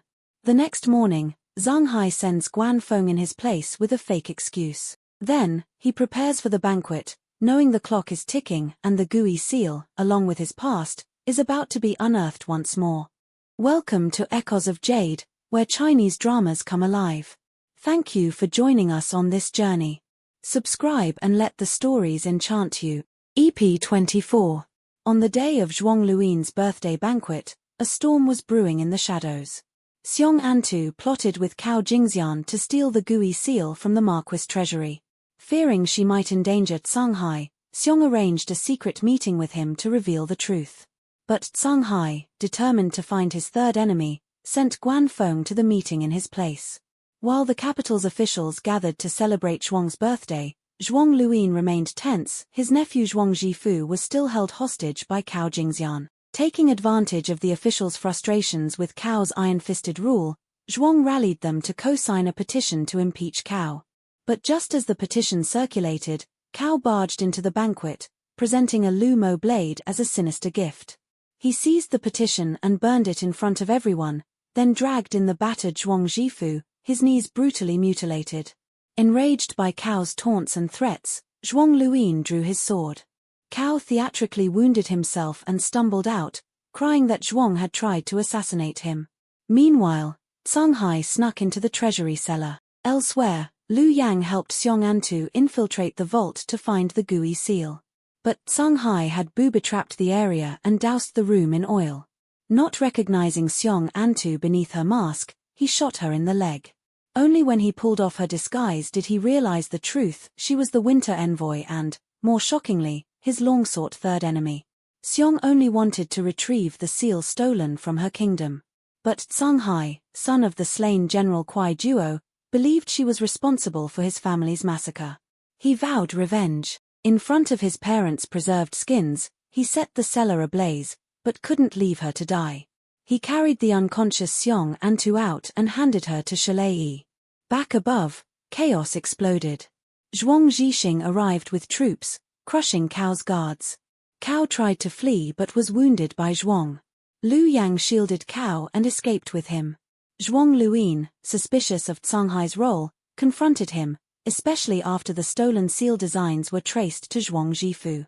Zanghai denied collusion and urged Luyin to protect Zhuang Zhifu by confessing to save his house. Zhuang Zhifu, delirious with fever, babbled in pain. As his condition worsened, Zhuang Luyin begged the physician to save him. Then, solemnly, he passed on the future of House Zhuang to Zhixing, his final hope for redemption. Welcome to Echoes of Jade, where Chinese dramas come alive. Thank you for joining us on this journey. Subscribe and let the stories enchant you. Episode 25. Chaos engulfs the capital as schemers strike from the shadows. Cao Jingxian and Xiong Antu conspire to steal the royal seal, launching a brutal plan that ends with Zhuang Luyin falsely accused of attempted murder. To save his family, Zhuang Luyin resigns his post, begging the emperor for mercy on his crippled son, Zhuang Zhifu. Meanwhile, Xiong Antu mysteriously disappears, her whereabouts concealed by the ever-calculating Kang Hai, who keeps her wounded and hidden in a secret chamber. Despite her pleas of innocence, Kang Hai believes she was involved in his family's massacre. As chaos brews behind palace walls, Zhuang Luyin pins his hope on his younger son, Zhuang Zhixing. Though injured from battle, Zhuang Zhixing is urged to participate in the imperial military exam, the Wu Keiju. Encouraged by his father and trained by Kang Hai's trusted fighter, Shalai, Zhuang Zhixing pushes through pain and doubt. The final test pits him against the formidable Fang Lei in a deadly forest challenge: find the hidden brocade box first, or lose. The duel turns treacherous when Fang Lei tries to kill Zhuang Zhixing to eliminate the competition. Despite being wounded, Zhuang Zhixing outsmarts him, using grit and clever tactics to claim the box and the title of martial champion. His victory sends shockwaves through the capital. To honor his success, Zhuang Luyin hosts a grand banquet. Yet not everyone rejoices. Stepmother Jiang Xiong hides her grief over Zhuang Zhifu's ruined future. Still, Zhuang Luyin declares Zhuang Zhixing his heir, defying tradition by writing his concubine mother's name into the ancestral record. That night, Zhuang Luyin calls his son for a secret conversation. He has something critical to reveal, something that may change everything. But in the shadows, old enemies lurk, and unfinished vendettas threaten to reignite. For Zhuang Zhixing, the road to glory may only just have begun. Welcome to Echoes of Jade, where Chinese dramas come alive. Thank you for joining us on this journey. Subscribe and let the stories enchant you. Episode 26. Jiang Xiong is furious after learning that Zhuang Luyin not only named Zhuang Zhihong his heir but also placed Zhihong's mother, Shen Wan, into the ancestral records. Unable to accept this, she storms in with Shen Wan's spirit tablet, throws it to the ground before everyone, and demands the truth behind her death. Zhuang Luyin, in rage, slaps her hard and expels her from the hall. Crushed with grief, Zhuang Zhihong clutches his mother's spirit tablet and weeps. Kang Hai tries to comfort him. That night, Jiang Xiong prepares to storm the palace with her official robes, intent on filing a royal complaint. After the night banquet, Zhihong seeks out Zhuang Luyin. In a weary voice, Zhuang Luyin confesses the truth about the massacre of Kuai Duo's family and hands over the copper fish, a key relic. Zhihong sees how age and guilt have consumed the once mighty man. Moved, he begs Kang Hai to spare Zhuang Luyin. He's no longer a warlord, just a lonely old man. But Kang Hai, unshaken, insists on justice for his slaughtered family. Zhihong, unable to change Kang Hai's mind, gives him the copper fish and unveils the full truth. Zhuang Luyin had attacked Dongxia twice but failed due to the Yin soldiers controlled by the Gui seal. Years ago, when the Fengshan altar collapsed, Kuai Duo was seen escaping with a mysterious object, likely the seal. Suspecting betrayal, Zhuang Luyin joined forces with Dongxia's queen and Cao Jingxian to apprehend Kuai Duo. The result, a tragic massacre. Kang Hai is stunned to learn that the third killer was none other than his lover's mother, the Queen of Dongxia. He vows to kill her. Zhihang fulfills his promise. He has given Kang Hai every answer. Later, the court convenes. Zhuang Zhihang is honored with a promotion. Meanwhile, Jiang Xiong arrives in full regalia to beat the drum of justice. Despite Zhuang Luin's warnings, she exposes his crimes: bribery, deception, and rigging the martial exam. The evidence is undeniable. Minister he accuses Luin of covering up embezzlement and forcing artisans to die. The emperor orders a full investigation. Luin is imprisoned. Kang Hai visits him with food, then drops the final bombshell: he is Kuai Juo's son, Jinyu. Luin bursts into laughter, denying regret, swearing that if released, he'd kill Kang Hai first. But Kang Hai remains unmoved. The snow falls as he walks away, eyes wet, heart burning with grief and resolve. The game is far from over. Welcome to Echoes of Jade, where Chinese dramas come alive. Thank you for joining us on this journey. Subscribe and let the stories enchant you. Episode 27. Cao Jingxian's plot tightens its noose. Accusing Zhuang Luin and his family of treason, he manipulates the imperial court, imprisoning Zhuang and ordering the seizure of his estate. Servants are sent to exile, and the noble household is left in chaos. Jiang Xiong, shattered by Zhuang Jiru's madness and her own downfall, poisons a pot of ginger tea. She gives it to Jiru, drinks another cup herself, and instructs Yu Mai to deliver the last cup to Zhuang Zhixing. He hesitates. She doesn't. All three perish except Zhixing, who, too grief-stricken, never drinks. His life is spared. News of his family's death reaches Zhuang Luin in prison. Enraged, he coerces a jailer to deliver a blood-written letter to Cao Jingxian. But Zanghai, suspecting such a move, intercepts the letter through his loyal spies, Shalei and Guanfeng. Zhuang's letter threatens to expose a deadly secret, that Zanghai is the son of the disgraced General Kuai Juo. He demands Cao Jingxian secure his release or face exposure. Instead, Cao flips the trap. He forges a blood letter in Zhuang's hand and sends it to his loyalists, tricking them into staging a prison break. Believing the letter real, Zhong Lang assembles his men, 50 disguised guards, 80 in the city, 300 at the outskirts, ready for battle. He kills the messenger to cover their tracks. Meanwhile, Zanghai sits silently with Xiong Antu in a hidden chamber. Memories of his family overwhelm him. Tonight, vengeance closes in on its first target, Zhuang Luin. As Zhong Lang's men attack, Cao Jingxian pounces. He sends Lu Ran to stir chaos and lure out Zhixing. A bloodbath erupts in the capital. Zhixing hunts Lu Ran through the alleys, unaware of the trap. Inside prison, Zhuang realizes he's been deceived. Refusing to die quietly, he escapes with Zhong Maro and meets Zhong Lang at the city edge. They ignite fireworks, signaling the start of a coup. Battle breaks out. Zhuang leads his men to storm the palace, demanding justice. The Imperial Guard blocks them. Zanghai, from the shadows, fires arrows into the crowd, one piercing Zhuang's arm. Zhuang breaks through and confronts Zanghai. Bow drawn, Zanghai shouts for him to stop.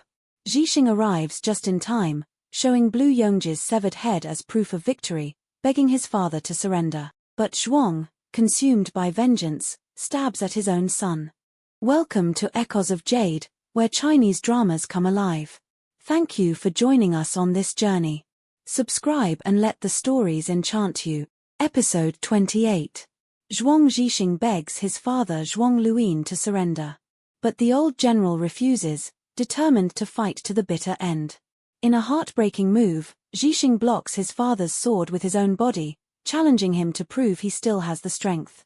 Luin accepts and fights with every last ounce. Zhixing counters every strike flawlessly. Luin finally sees, his time has passed. The battlefield lies in ruin. His men are dead or dying. Accepting fate, he throws himself on his son's blade. With his last breath, he urges Zhixing to restore the Zhuang legacy, then dies in his arms. Zanghai watches, silent and heavy-hearted. With Luin gone, the Imperial Guards push the remaining soldiers to surrender. Zhixing is arrested.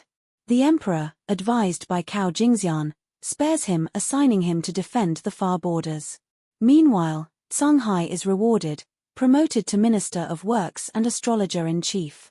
He recommends Shaquan as his deputy. Zanghai arrives at the ruined Zhuang estate to seize it. Gone is its former glory, only ashes remain. Before Zhixing leaves for the frontier, he visits his mother's grave. Zanghai sends 2 trusted allies to protect him. The 2 men exchange a farewell, bittersweet and wordless. As Zhixing rides away, Zanghai whispers to himself, "Never look back." He knows he's destroyed a pure soul in pursuit of revenge. Elsewhere, Cao Jingxian considers eliminating Zhixing to tie up loose ends. His advisor Lu Ran pushes for it. But Cao won't dirty his hands, he'll let the frontier claim Zhixing. Still, one thing gnaws at him, the missing Gui seal. He scours the estate but finds nothing, until he ventures deep into the vault. Zanghai, expecting this move, has already laid a trap. Masked and calculating, Zanghai's master praises him. Luin is dead, and the pieces are falling into place.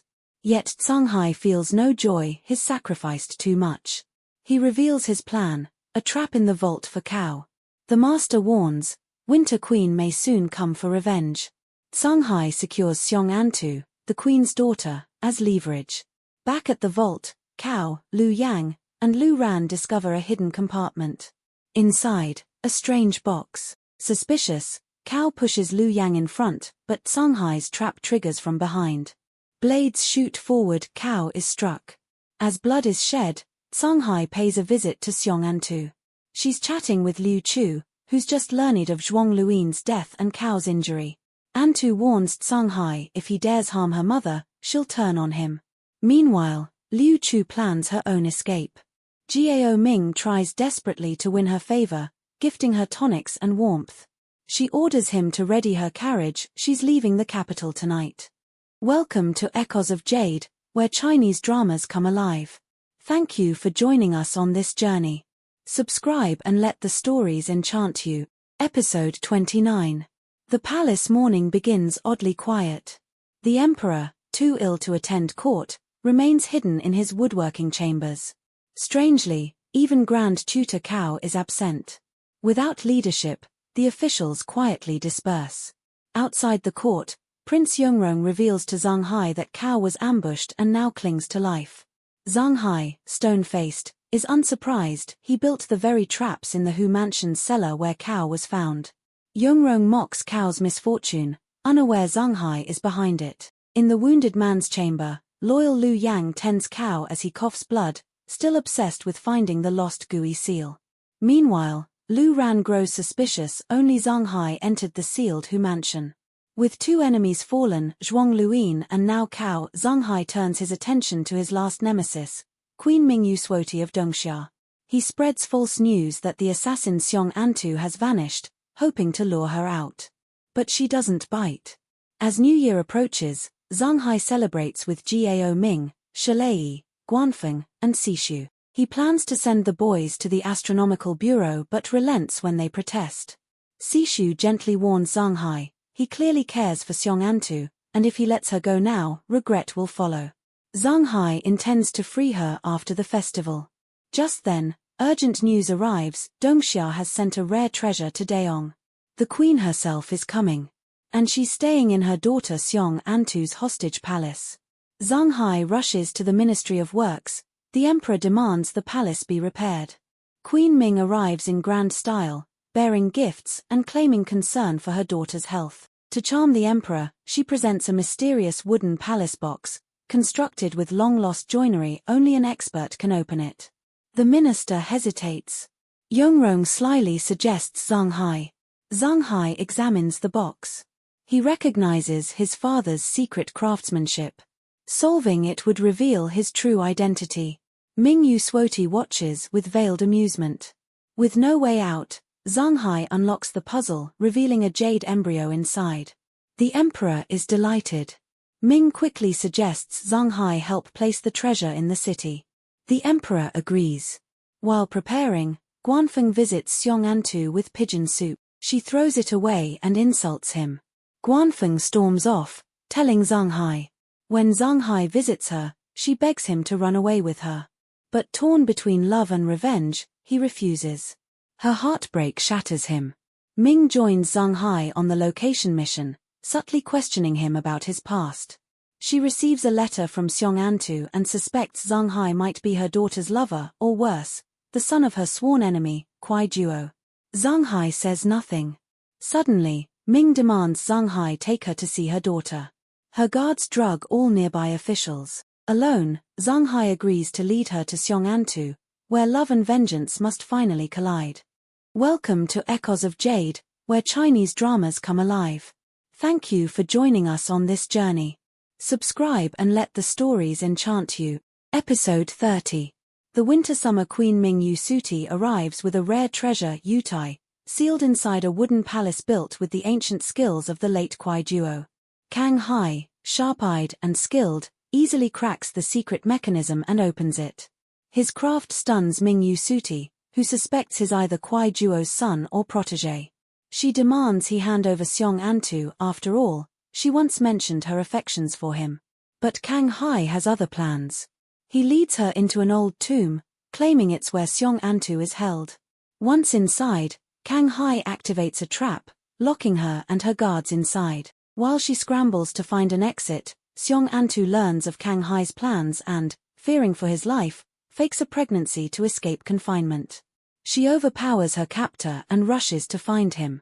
Meanwhile, inside the tomb, Ming Yusuti discovers the path out is rigged with lotus-carved gates. Each door demands a sacrifice, one person must stay behind. One by one, her guards are left behind. At the final gate, only she remains. Beyond it lies a silent chamber, filled with mural-covered walls. Kang Hai waits. The murals tell of Princess Yongning, painted by the emperor in memory of his daughter. He accuses Ming Yusuti of killing his family. She doesn't deny nor confirm, but urges him to let go of vengeance, invoking Antu's name. But Kang Hai, ready with explosive powder, threatens to end it all. Suddenly, Antu appears and offers her own life to end the blood feud. Holding a dagger, she tries to take her life. Kang Hai stops her. Ming Yusuti intervenes too. Finally, Ming Yusuti reveals a hidden story years ago. When rebels nearly ended her reign, she was saved by Kuai Duo. In gratitude, she offered to bring his family to safety, but he refused. When she learned of his death a month later, her grief ran deep. She never killed him. In fact, she used his legacy to rebuild her kingdom, even crafting the wooden palace from his designs. She returns his handwritten manuscripts to Kang Hai, proof of her story. Only then does Kang Hai realize the painful truth: his vengeance was misdirected. But Ming Yusuti's mission in Daeong isn't over yet. She needs his help. Will Kang Hai choose redemption or revenge? Welcome to Echoes of Jade, where Chinese dramas come alive. Thank you for joining us on this journey. Subscribe and let the stories enchant you. Episode 31. After Winterxia's defeat, a young Antu was sent to Daeong as a political hostage. For 10 years, she lived in shadows until Zanghai appeared. She fell for him quietly, helplessly. Now reunited with her long-lost mother, Ming Yusuti, Antu pours out her heart, the years of silent suffering and the love she's come to cherish. Ming Yusuti sees the fire in Zanghai's eyes. She knows he's exceptional. But revenge clouds his path. She warns, if he can't let go of the past, he'll never truly hold on to love. Meanwhile, Zhuang Zhixing uncovers a chilling truth. The third person behind Zanghai's family's massacre is none other than the Queen of Winterxia. Zanghai, believing Ming Yusuti betrayed him, sets a deadly trap. But just in time, Antu rushes in, stopping him.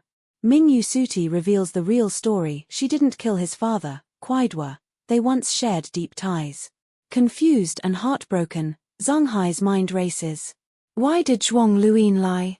Who is the real enemy? Antu later vents to the 8th prince, torn between love and her mother's warning. She invites Zanghai to a secret meeting at the Zhenlo tea house. When he arrives, she performs a delicate shadow puppet show, a tale of a golden fish, him, and a white swan, her. Through this moving story, she confesses her love. Zanghai is deeply touched. He finally lets down his guard. They embrace their love, promising never to part. As Zanghai begins to share his painful past, Antu, exhausted from emotion, falls asleep in his arms. In that moment, he feels peace, something he hasn't known in years. Ming Yusuti gifts Zanghai a blueprint of the Gui Shi, a powerful artifact with a deadly history. Years ago, a general named Fuxian used it to summon shadow warriors and conquer lands, but it destroyed her in the end. Her dying wish: seal the Gui Shi forever. But Ming Yusuti's mother, Queen Ming Luhuda, reopened the seal and won a war but paid the ultimate price. Only 5 people knew where it was hidden. One was Cdrama. His discovery led to his family's doom. Now, Ming Yusuti fears history will repeat itself. She gives Zanghai a compass that reacts to the copperfish keys and pleads, choose revenge or love. Zanghai chooses revenge. Antu supports him, despite knowing the cost. The compass leads him to the imperial palace. Disguised as a supervisor inspecting renovations, Zanghai sneaks around with the compass. When it points directly at the Hanzhong Palace, home to the emperor's harem, he's stunned. He rushes to consult Gao Ming. Meanwhile, Cao's Jingxian is recovering. His spy Luran tails Zanghai and uncovers his search. Jingxian bursts into laughter. He's been through the palace countless times and never guessed Gui Shi was right there.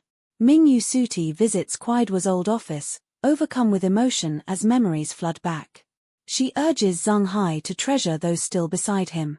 Zanghai plans to draw out his final enemy using Gui Shi, confront the truth, and finally end it all. Welcome to Echoes of Jade, where Chinese dramas come alive. Thank you for joining us on this journey. Subscribe and let the stories enchant you. Episode 32.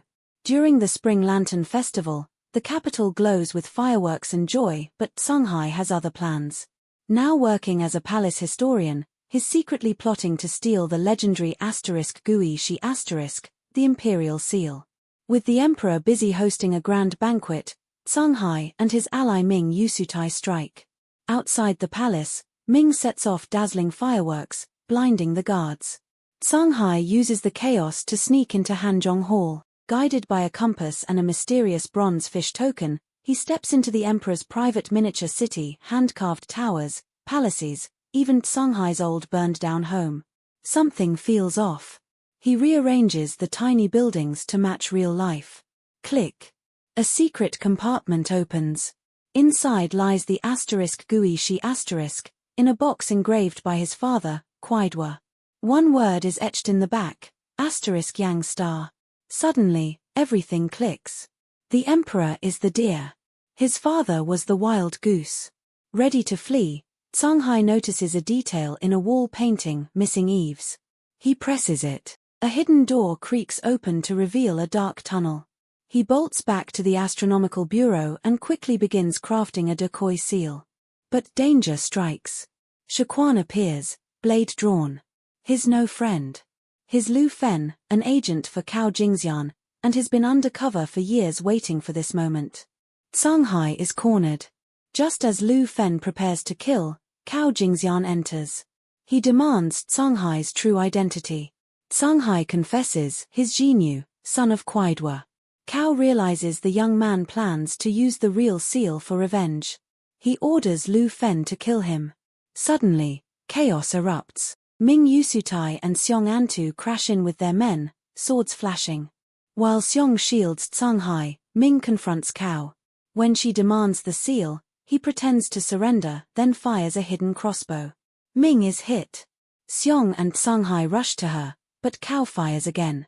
Zanghai steps in to take the bolt, but Ming jumps in and takes the shot instead. With her final strength, she drives a sword through Cao's chest. His guards drag him away, wounded but alive. Ming Yusutai, dying, begs Zanghai to protect Xiong. Her words fade as she takes her last breath. Xiong weeps in anguish. Zanghai, solemn, tells her to take Ming's body back to the Ji Palace and make her death look like a tragic accident. The next morning, the emperor announces Ming Yusutai died of sudden illness. Though suspicious, he can't prove otherwise. To prevent unrest in winter-summer, he increases border troops and exempts the region from taxes for 5 years. But beneath the surface, vengeance stirs, and the true game has just begun. Welcome to Echoes of Jade, where Chinese dramas come alive. Thank you for joining us on this journey. Subscribe and let the stories enchant you. Episode 33.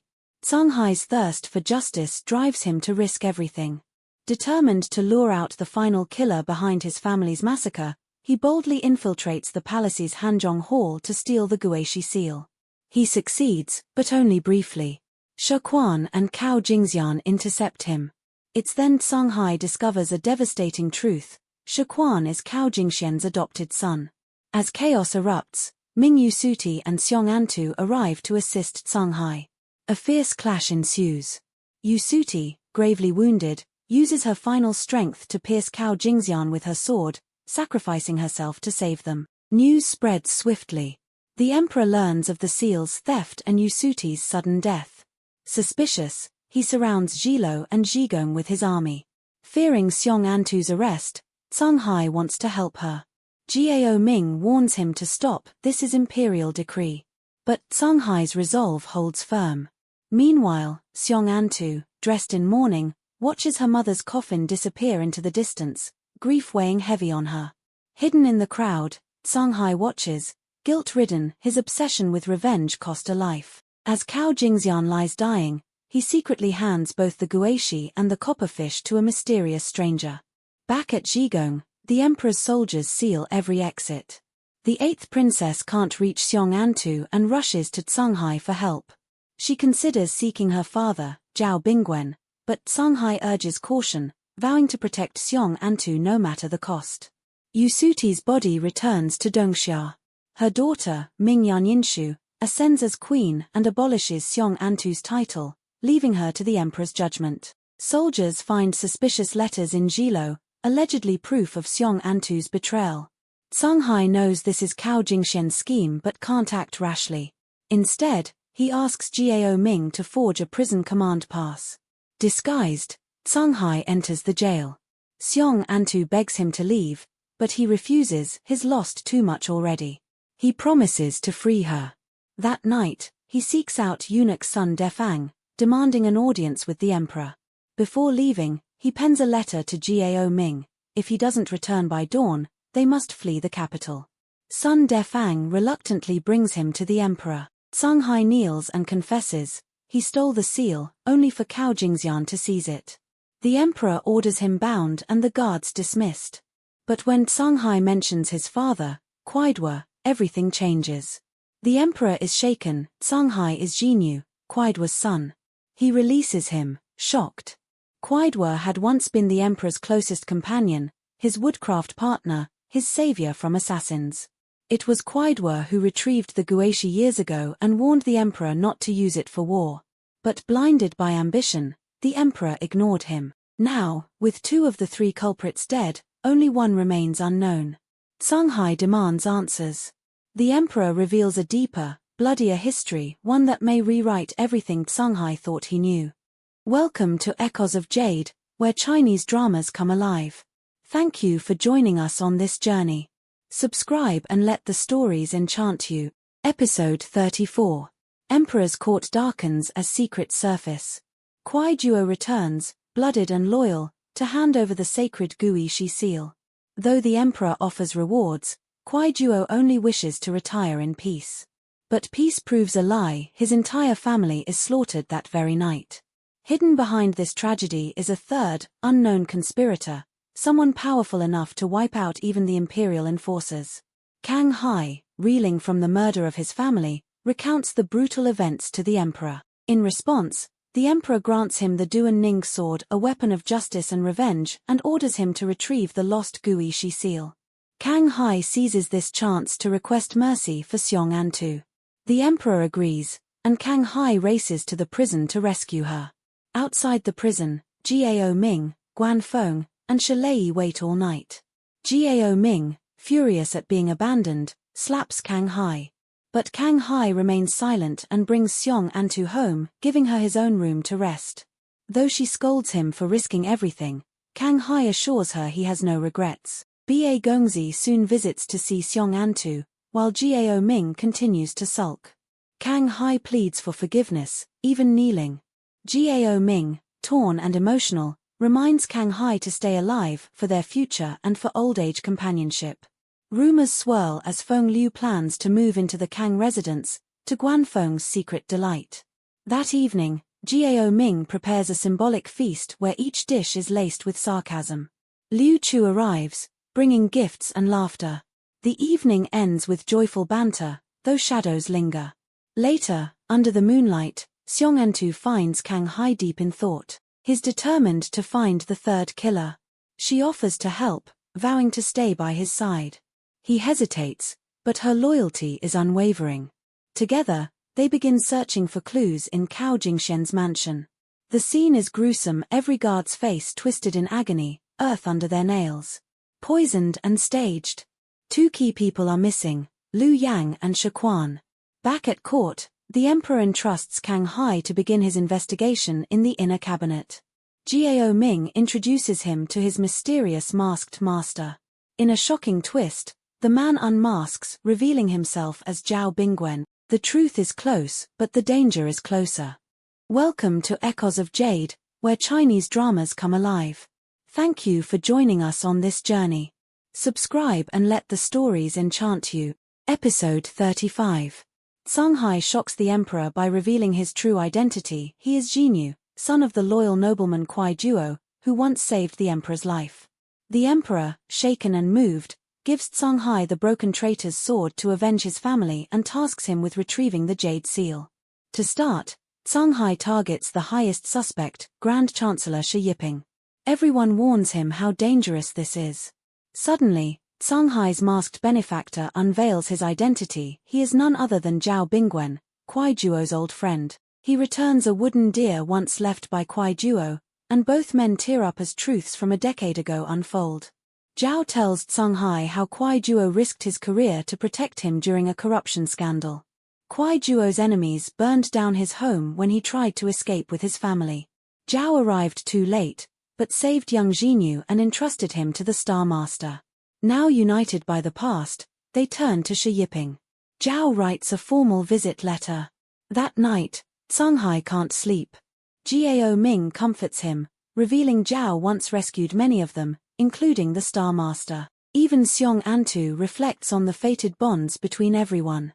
In the morning, Zanghai visits Shi Yiping, who welcomes him with calm suspicion. Shi subtly probes Zanghai's motives, especially after he brings rare paintings to curry favor. When Zanghai insists on probing Lord Cao's mysterious death, Shi Yiping grows stern. Suddenly, Shi spits blood and collapses. Zanghai suspects poison. Before he can act, Liu Yang storms in with a blade. A chaotic fight breaks out. Xiong Antu and Shalei rush in just in time to help subdue Liu Yang. She screams that Shi Yiping stole the Jade Seal from Lord Cao and tried to kill her. Cornered, she takes her own life. Shi Yiping is dead. Sun Defang leads a search of his mansion but finds nothing. Just when all hope seems lost, Zanghai discovers a hidden compartment behind a painting of Mount Yuruan. Inside lies the Jade Seal, and a bronze fish. They rush the relics to the emperor. Zanghai returns the sword and expresses his wish to leave court life. The emperor agrees and grants him the painting of Mount Yuruan. Zhao Bingwen breathes easy. Years ago, Kuai Duo submitted only the Jade Seal but secretly kept one of the 3 bronze fish, triggering deadly consequences. Xiong Antu visits a weary, drunk Zanghai. He's deeply unsettled. Something feels wrong. Though Shi Yiping seemed guilty, the real enemy may still be in the shadows. Someone powerful framed Shi to hide their pursuit of the 3 bronze fish, keys to unlocking the Jade Seal's true power. Zanghai decides he will resign. He tells Jiao Ming he wishes to travel the world with Xiong Antu and pay respects to the Star Master. Jiao Ming is shocked but supports him. Meanwhile, the emperor promotes Zhao Bingwen to chancellor. Zhao hesitates, knowing this path is full of traps. But the court must go on and the game isn't over yet. Welcome to Echoes of Jade, where Chinese dramas come alive. Thank you for joining us on this journey. Subscribe and let the stories enchant you. Episode 36. It was the calm before the storm. Zanghai, fed up with palace politics, handed in his resignation. He was ready to leave the capital, pack up his troubles. and disappeared into the countryside with his ride-or-die crew, Xiang Antu and Gao Ming. The servants had already been sent away, the house half empty, and Zanghai had his bags half packed. But one thing, or rather, one person was missing. "Where's Gao Ming?" he asked. "Went to buy a horse," a neighbor answered. "For what? A getaway or a parade?" A few hours later, Gao Ming returned, but he didn't come alone. Trailing behind him was Zhao Bingwen, the man everyone in court either admired or feared, the ultimate political enigma, the walking contradiction. Instead of drawing swords, Zhao Bingwen took Zanghai to a place far more dangerous than any battlefield. The slums of the capital, there, amongst the smell of poverty and desperation. The suffering of the people hit Zanghai like a ton of bricks. "These are your people," Zhao Bingwen said. "This is why we fight." He described a nation drowning in corruption, famine, and injustice. The civil exams were rigged. Officials were getting rich off stolen rice. And warlords were treating taxes like donations to their personal mansions. The late Kuai duo had spent his life feeding the poor. And now Zhao Bingwen wanted Zanghai to take up the mantle. Zanghai didn't answer. He couldn't. Because in that moment, his brain screamed one thing louder than the rest. "This man might be the one who killed my family." Zanghai's suspicion wasn't born overnight. For years, he believed there was a third man behind his family's massacre. Not Xi Yiping, someone worse, someone smarter, someone who hid behind the mask of righteousness. His resignation, a trap. He wanted to lure the true enemy out by pretending to lead the court. If this mystery enemy wanted the third copper fish, an ancient artifact Zanghai inherited, he tried to stop him from leaving, or worse, tried to eliminate him. And now, Zhao Bingwen was trying really hard to keep Zanghai close like.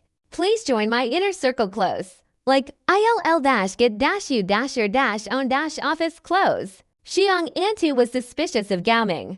"What if he's in on it?" she whispered. Zanghai wasn't sure. But he knew one thing. He needed to stay close to Zhao Bingwen to get the truth.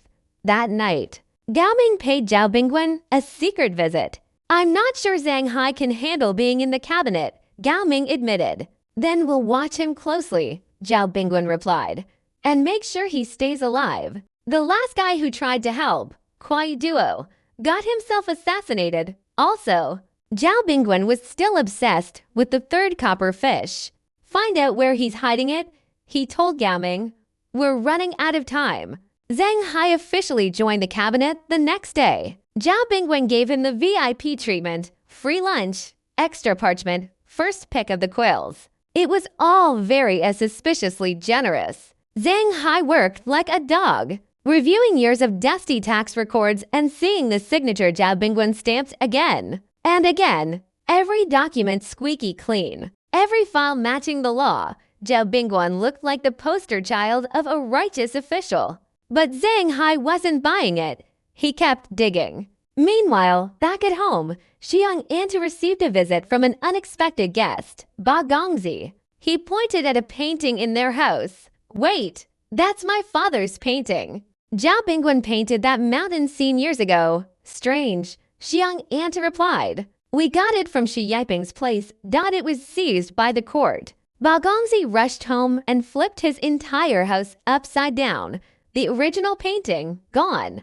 All that remained was an empty scroll case. Zhao Bingwen letefentififizes Gongzi to stop playing theater and start learning embroidery. Classic deflection. Also, Zhao Bingwen sent his butler to spy on Ba Gongzi because, of course he did. Back in the cabinet, Zanghai was working overtime. He barely ate, barely slept. His only company was the rats, and even they seemed stressed. From one of his co-workers, he learned that Xi Yiping had been locked in a power struggle with two big names, Cao Jingshan and Zhuang Lion. Now, Zanghai always thought Xi Yiping was close to Cao Jingshan. Turns out, they were mortal enemies. The co-worker even showed him a notebook compiled by Xi Yiping before his death.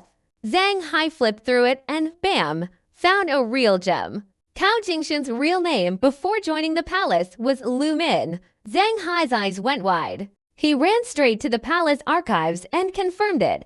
Lu Min had once studied at Daeong Academy. Guess who else was listed as his classmates? Zhao Bingwen, Zhuang Lian. The three biggest players in the kingdom were old school buddies. Zanghai was burning out. He came home late one night, absolutely wrecked. Gao Ming complained, "You're avoiding me. I'm working." Zanghai snapped. Then, in a moment of casual shade, Zanghai asked, "What are your future plans?" Gao Ming smiled. "Stay with you, wherever you go." But Zanghai's mind wasn't on friendship. He was focused, deadly focused. He had made up his mind. Zhao Bingwen was the third man, the true villain behind his family's death. He was going to confront him, maybe even kill him. Finally, the revenge saga would end. "Prepare everything," he told Xiang An too. "Tomorrow, we invite him to our home. I want the truth. All of it." And that's where we end it for now. Welcome to Echoes of Jade, where Chinese dramas come alive. Thank you for joining us on this journey. Subscribe and let the stories enchant you. Episode 37, previously on Zanghai Chronicles, Betrayal, Secret Relics, and more trust issues than a reality dating show. But now, we're hitting peak drama. Buckle up. It started quietly. Zhao Bingwen, the ever-calm master of manipulation, was growing uneasy. He'd sent his loyal sidekick, Gao Ming, to sniff out Zanghai's knowledge of the elusive bronze fish because nothing says I'm innocent like obsessing over magical antiques. But Gao Ming? That man had a conscience and also a terrible sense of timing. He didn't find the fish, but worse, he started stalling. Zhao Bingwen, like any villain on a tight schedule, got impatient. The "I'll just handle it myself" moment had arrived. Meanwhile, Zanghai, clever as ever, invited Zhao for a very suspicious dinner. A full banquet, carefully cooked with dishes his late parents used to love. This was not just a reunion dinner. This was a trap with extra seasoning. Zhao showed up, calm, polite, suspiciously on time. The others they were out, playing, strolling, doing whatever characters do when they need to make an entrance later for dramatic effect. Even Gao Ming, despite his spidey senses tingling, didn't question the setup. Then Zanghai dropped the bomb. "Zhao Bingwen, you're the third enemy, the one who betrayed my family." Cue the dramatic anim gas. Zhao, cool as a cucumber. "You found out? Ha! Took you long enough." Boom. Plot twist confirmed. Zhao admitted to it all. The family massacre, the theft of the bronze fish, and Gui Seal. Framing others, even causing the death of loyal Stone Yi Ping. And all of it for the emperor. Or so he claimed. Before the audience could digest this betrayal buffet, the imperial guards stormed in. "By royal decree, arrest Zanghai," they shouted. But plot armor is strong.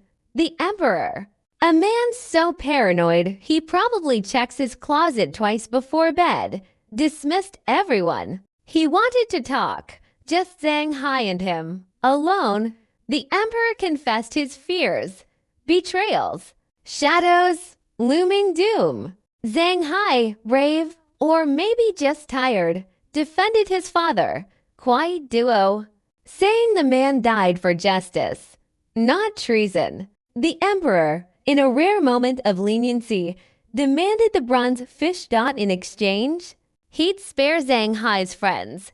Zanghai caved and revealed the hiding spot. But just when we thought peace was on the horizon, the betrayal got double spicy. Turns out, Shiquan, Zhao's errand boy, had already gone full snitch mode. He'd run to the emperor, claiming to be Lu Fen, son of the late Cao Jingshan, and accused Zanghai of treason. His evidence: Zanghai had the bronze fish. Coincidence? Not in this drama. Zanghai was thrown in jail. Zhao showed up later like a villain at the end of a level. Guess what? He smirked. I got the fish. I got the seal. And everyone thinks you're the killer. Oh, and he silenced Lu Fen permanently. Yes, this man really checked off all the evil tropes. Zanghai realized so late. He was a pawn.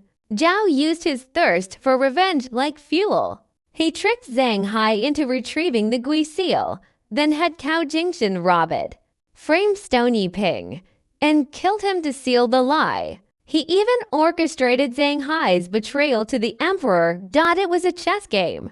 And Zanghai just got checkmated. Worst of all, Zhao admitted he never really cared about Kuai Duo, Zanghai's father. Their so-called friendship was as fake as a live stream makeup haul. The flashback hit hard. Years ago, Zhao Bingwen had struggled through school with the elites. He was poor, bullied, and desperate. His only friends, Cao and Zhuang, helped him in a fight, which spiraled into accidental murder. That one mistake, it bonded them, drove them to power, and turned their lives upside down. Cao became a eunuch after being scarred and expelled. Zhuang became a general. Zhao, the sly fox, climbed the ranks of the inner court. But he never forgot the humiliation of being poor.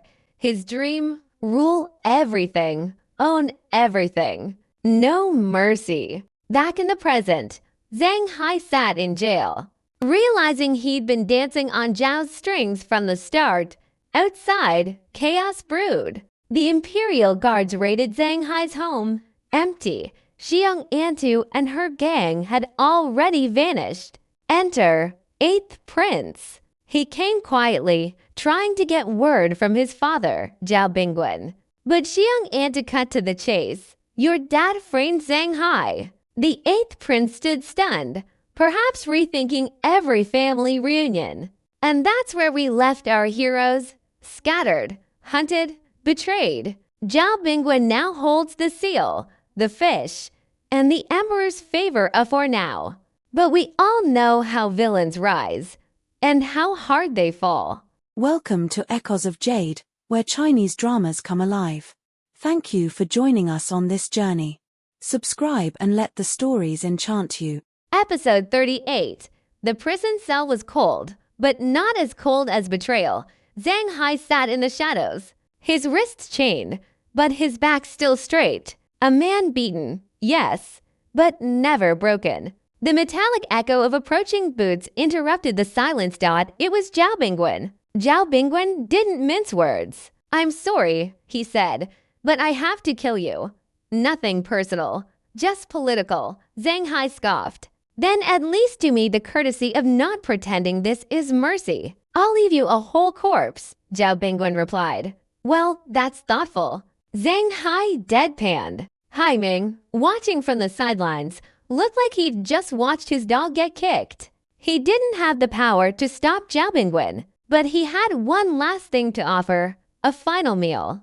And not just any meal. He cooked Zanghai's favorites, fire-braised duck, crispy tofu, and plum wine rice. A death row dinner worthy of a Michelin star, if Michelin rated prison cuisine. The food was delivered. Zanghai didn't hesitate. He cleaned the plates like a man who hadn't eaten properly in weeks. Which, to be fair, he hadn't. Moments later, Zhao Bingwen himself strolled into the dungeon, robes sweeping behind him like a villain in a drama whose way into his own entrance. Time to go, he said. Execution by torture wasn't on the menu. But Zhao Bingwen had a flair for cruelty. They started with the usual routine, chains, whips, yelling, but then added something new, an ancient punishment called Tian Tai Jia Guan, translation, pain. Lots of it. Hai Ming watched from the shadows, his heart twisted with every scream. Forgive me, he whispered. Just hold on a bit longer. But Zanghai's body finally gave out. He collapsed, silent, still. Zhao Bingwen leaned in, checked his breath. Dead, he declared. Leave the rest to Hai Ming. As Zhao Bingwen walked out, another twist entered the tale. An urgent summons from Prince Yongrong. Zhao Bingwen gritted his teeth. Timing really wasn't on his side. With the villain gone, Haiming made his move. He wasn't sure if this was heaven or a cheap hallucination. He saw them, his sister you knew, and his mother. A reunion he didn't think he'd ever get. He ran to them like a child, but his mother stopped him. "You don't belong here. Let me stay," Zanghai begged. "You have more to do." Before he could argue further, a voice pierced the void. "Get your butt back to the living," snapped Quiet Duo, his ghost mentor who sounded suspiciously like a life coach. "You're not done suffering yet," You Knew added, smiling through her tears. Everyone showed up for the goodbye party, past mentors, fellow disciples, even his grumpy sword master. It felt like a crossover episode between The Walking Dead and your Trauma compilation Volume 3. And then, light. Zanghai gasped awake. Haiming and Guanfeng had worked fast, really fast. Turns out, the food wasn't just nostalgic. It was drugged with a sleep potion, enough to fool even Zhao Bingwen. Prince Yongrong's interruption bought them just enough time to fake Zanghai's death and revive him. Haiming was shaking with relief. Meanwhile, Zhao Bingwen wasn't done scheming. He imprisoned Prince Yongrong and sent his servant Shen Yong to deliver a final insult. Even the emperor called your name before dying, thanks. But Zanghai now had a new mission. He had to stop Zhao Bingwen from raising his own private army in Dongsha. Next stop, road trip. Zanghai and Xiang Anta made plans to flee. Haiming, loyal to the end, arranged everything. A carriage dot supplies, a smuggling route disguised as a plague evacuation. Zanghai and Xiang Anta posed as plague victims because nothing says suspicious. Like to unconscious people wrapped in burlap sacks. At the city gate, the guards got nosy. Too nosy. Haiming, ever the drama king, suddenly coughed up fake blood. "I've got the plague," he cried. The guards screamed and waved them through. Oscar-worthy, once outside the gates. Haiming handed over all his savings and smiled one last time. "Go dot be free." Zanghai nodded, but something gnawed at his gut. He found a letter tucked into the bag. It was Haiming's goodbye. Turns out, the tea Zhao Bingwen had offered him earlier was poisoned. Haiming knew it, and he drank it anyway to save Zanghai. Zanghai turned to run back, but it was too late. He saw Haiming collapse in the distance, gone. Zanghai sank to his knees, screaming into the wind like a K-drama protagonist in the rain. But the mission wasn't over. The journey to Dongsha was brutal. Rain, mud, cold, internet reception, non-existent. It was hell. But Xiang Antu was determined. She wanted to visit her newly crowned sister, Queen Mingyan Yinchu. Zanghai wasn't so sure. Sisters didn't always share power. Soon, they reached Yuran Mountain. Xiang Antu made a wish, probably something like, "Don't let my sister arrest me." Oops, too late. Queen Mingyan had already received a letter from Daong warning her of Antu and Zanghai's arrival. She didn't welcome them with open arms, more like open handcuffs. Zanghai was tossed into prison. Again, this guy collects jail cells like Pokemon. Xiang Anta refused to eat. Queen Mingyan tried to bribe her with dresses, jewelry, and a royal wedding proposal. Her fiancé, the prince of the recently conquered Haidong tribe. Anta said no, and meant it. The queen, not impressed. She gave one final ultimatum: marry him, or I start removing Zanghai's fingers, one a day. And just like that, the horror game began. The blade fell once. Xiang Anta broke.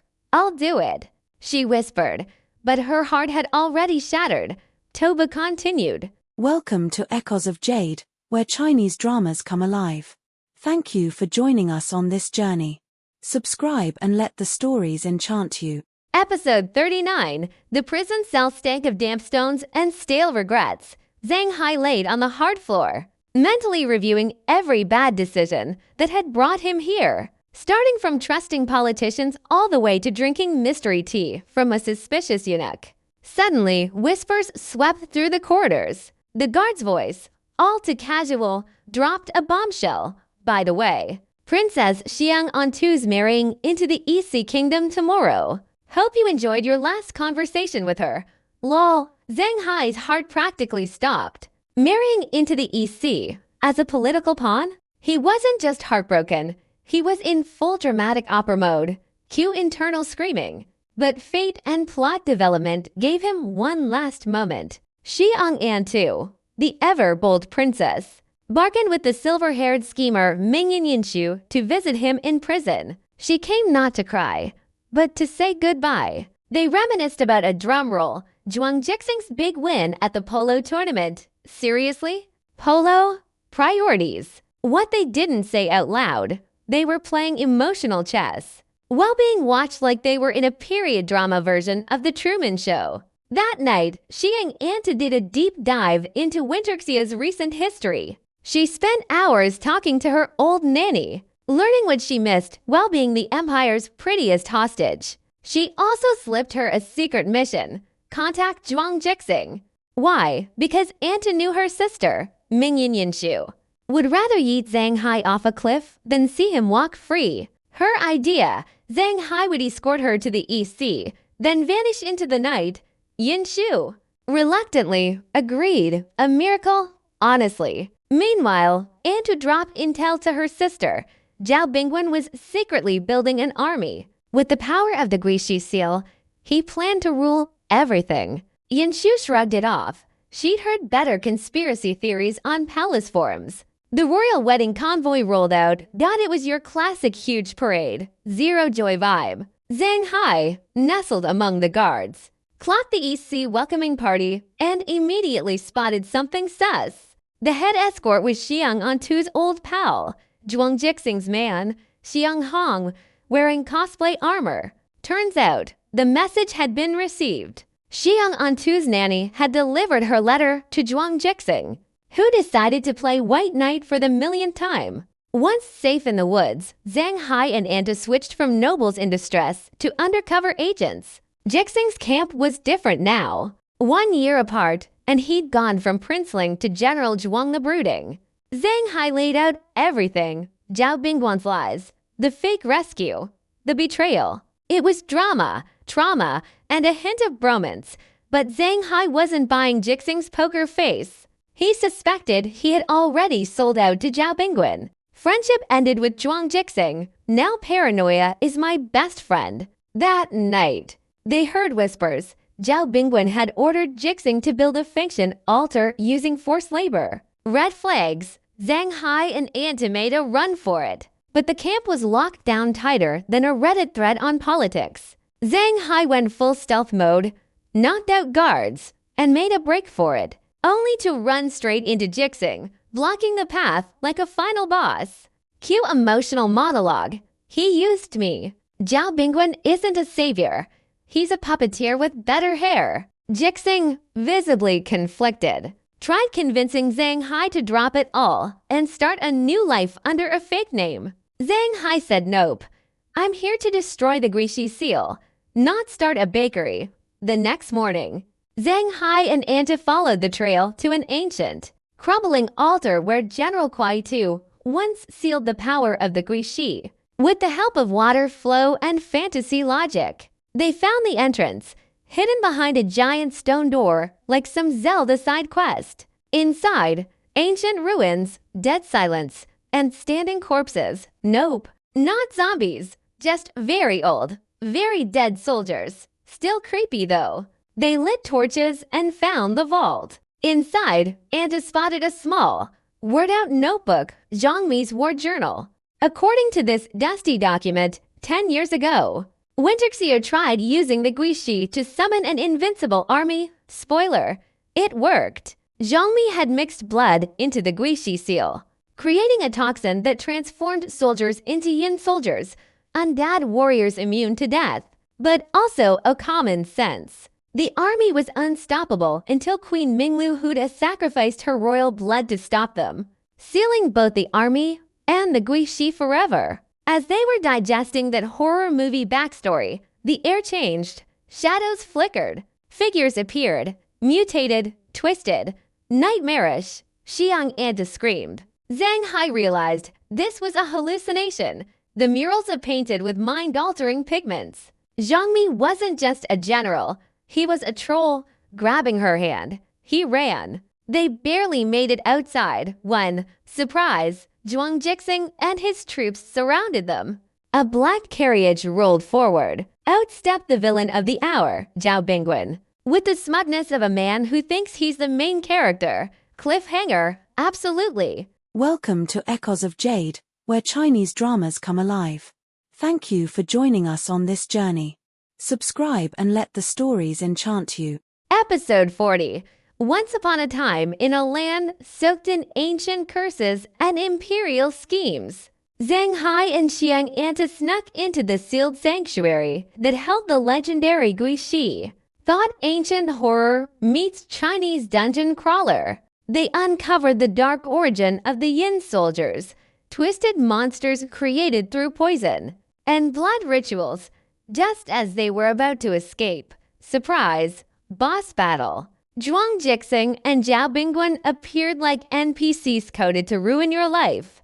They were captured. No saving point in sight. Zhao, never missing a chance for drama, thanked Zhuang for the tip-off and rewarded him by recommending him to the new Lindsay King.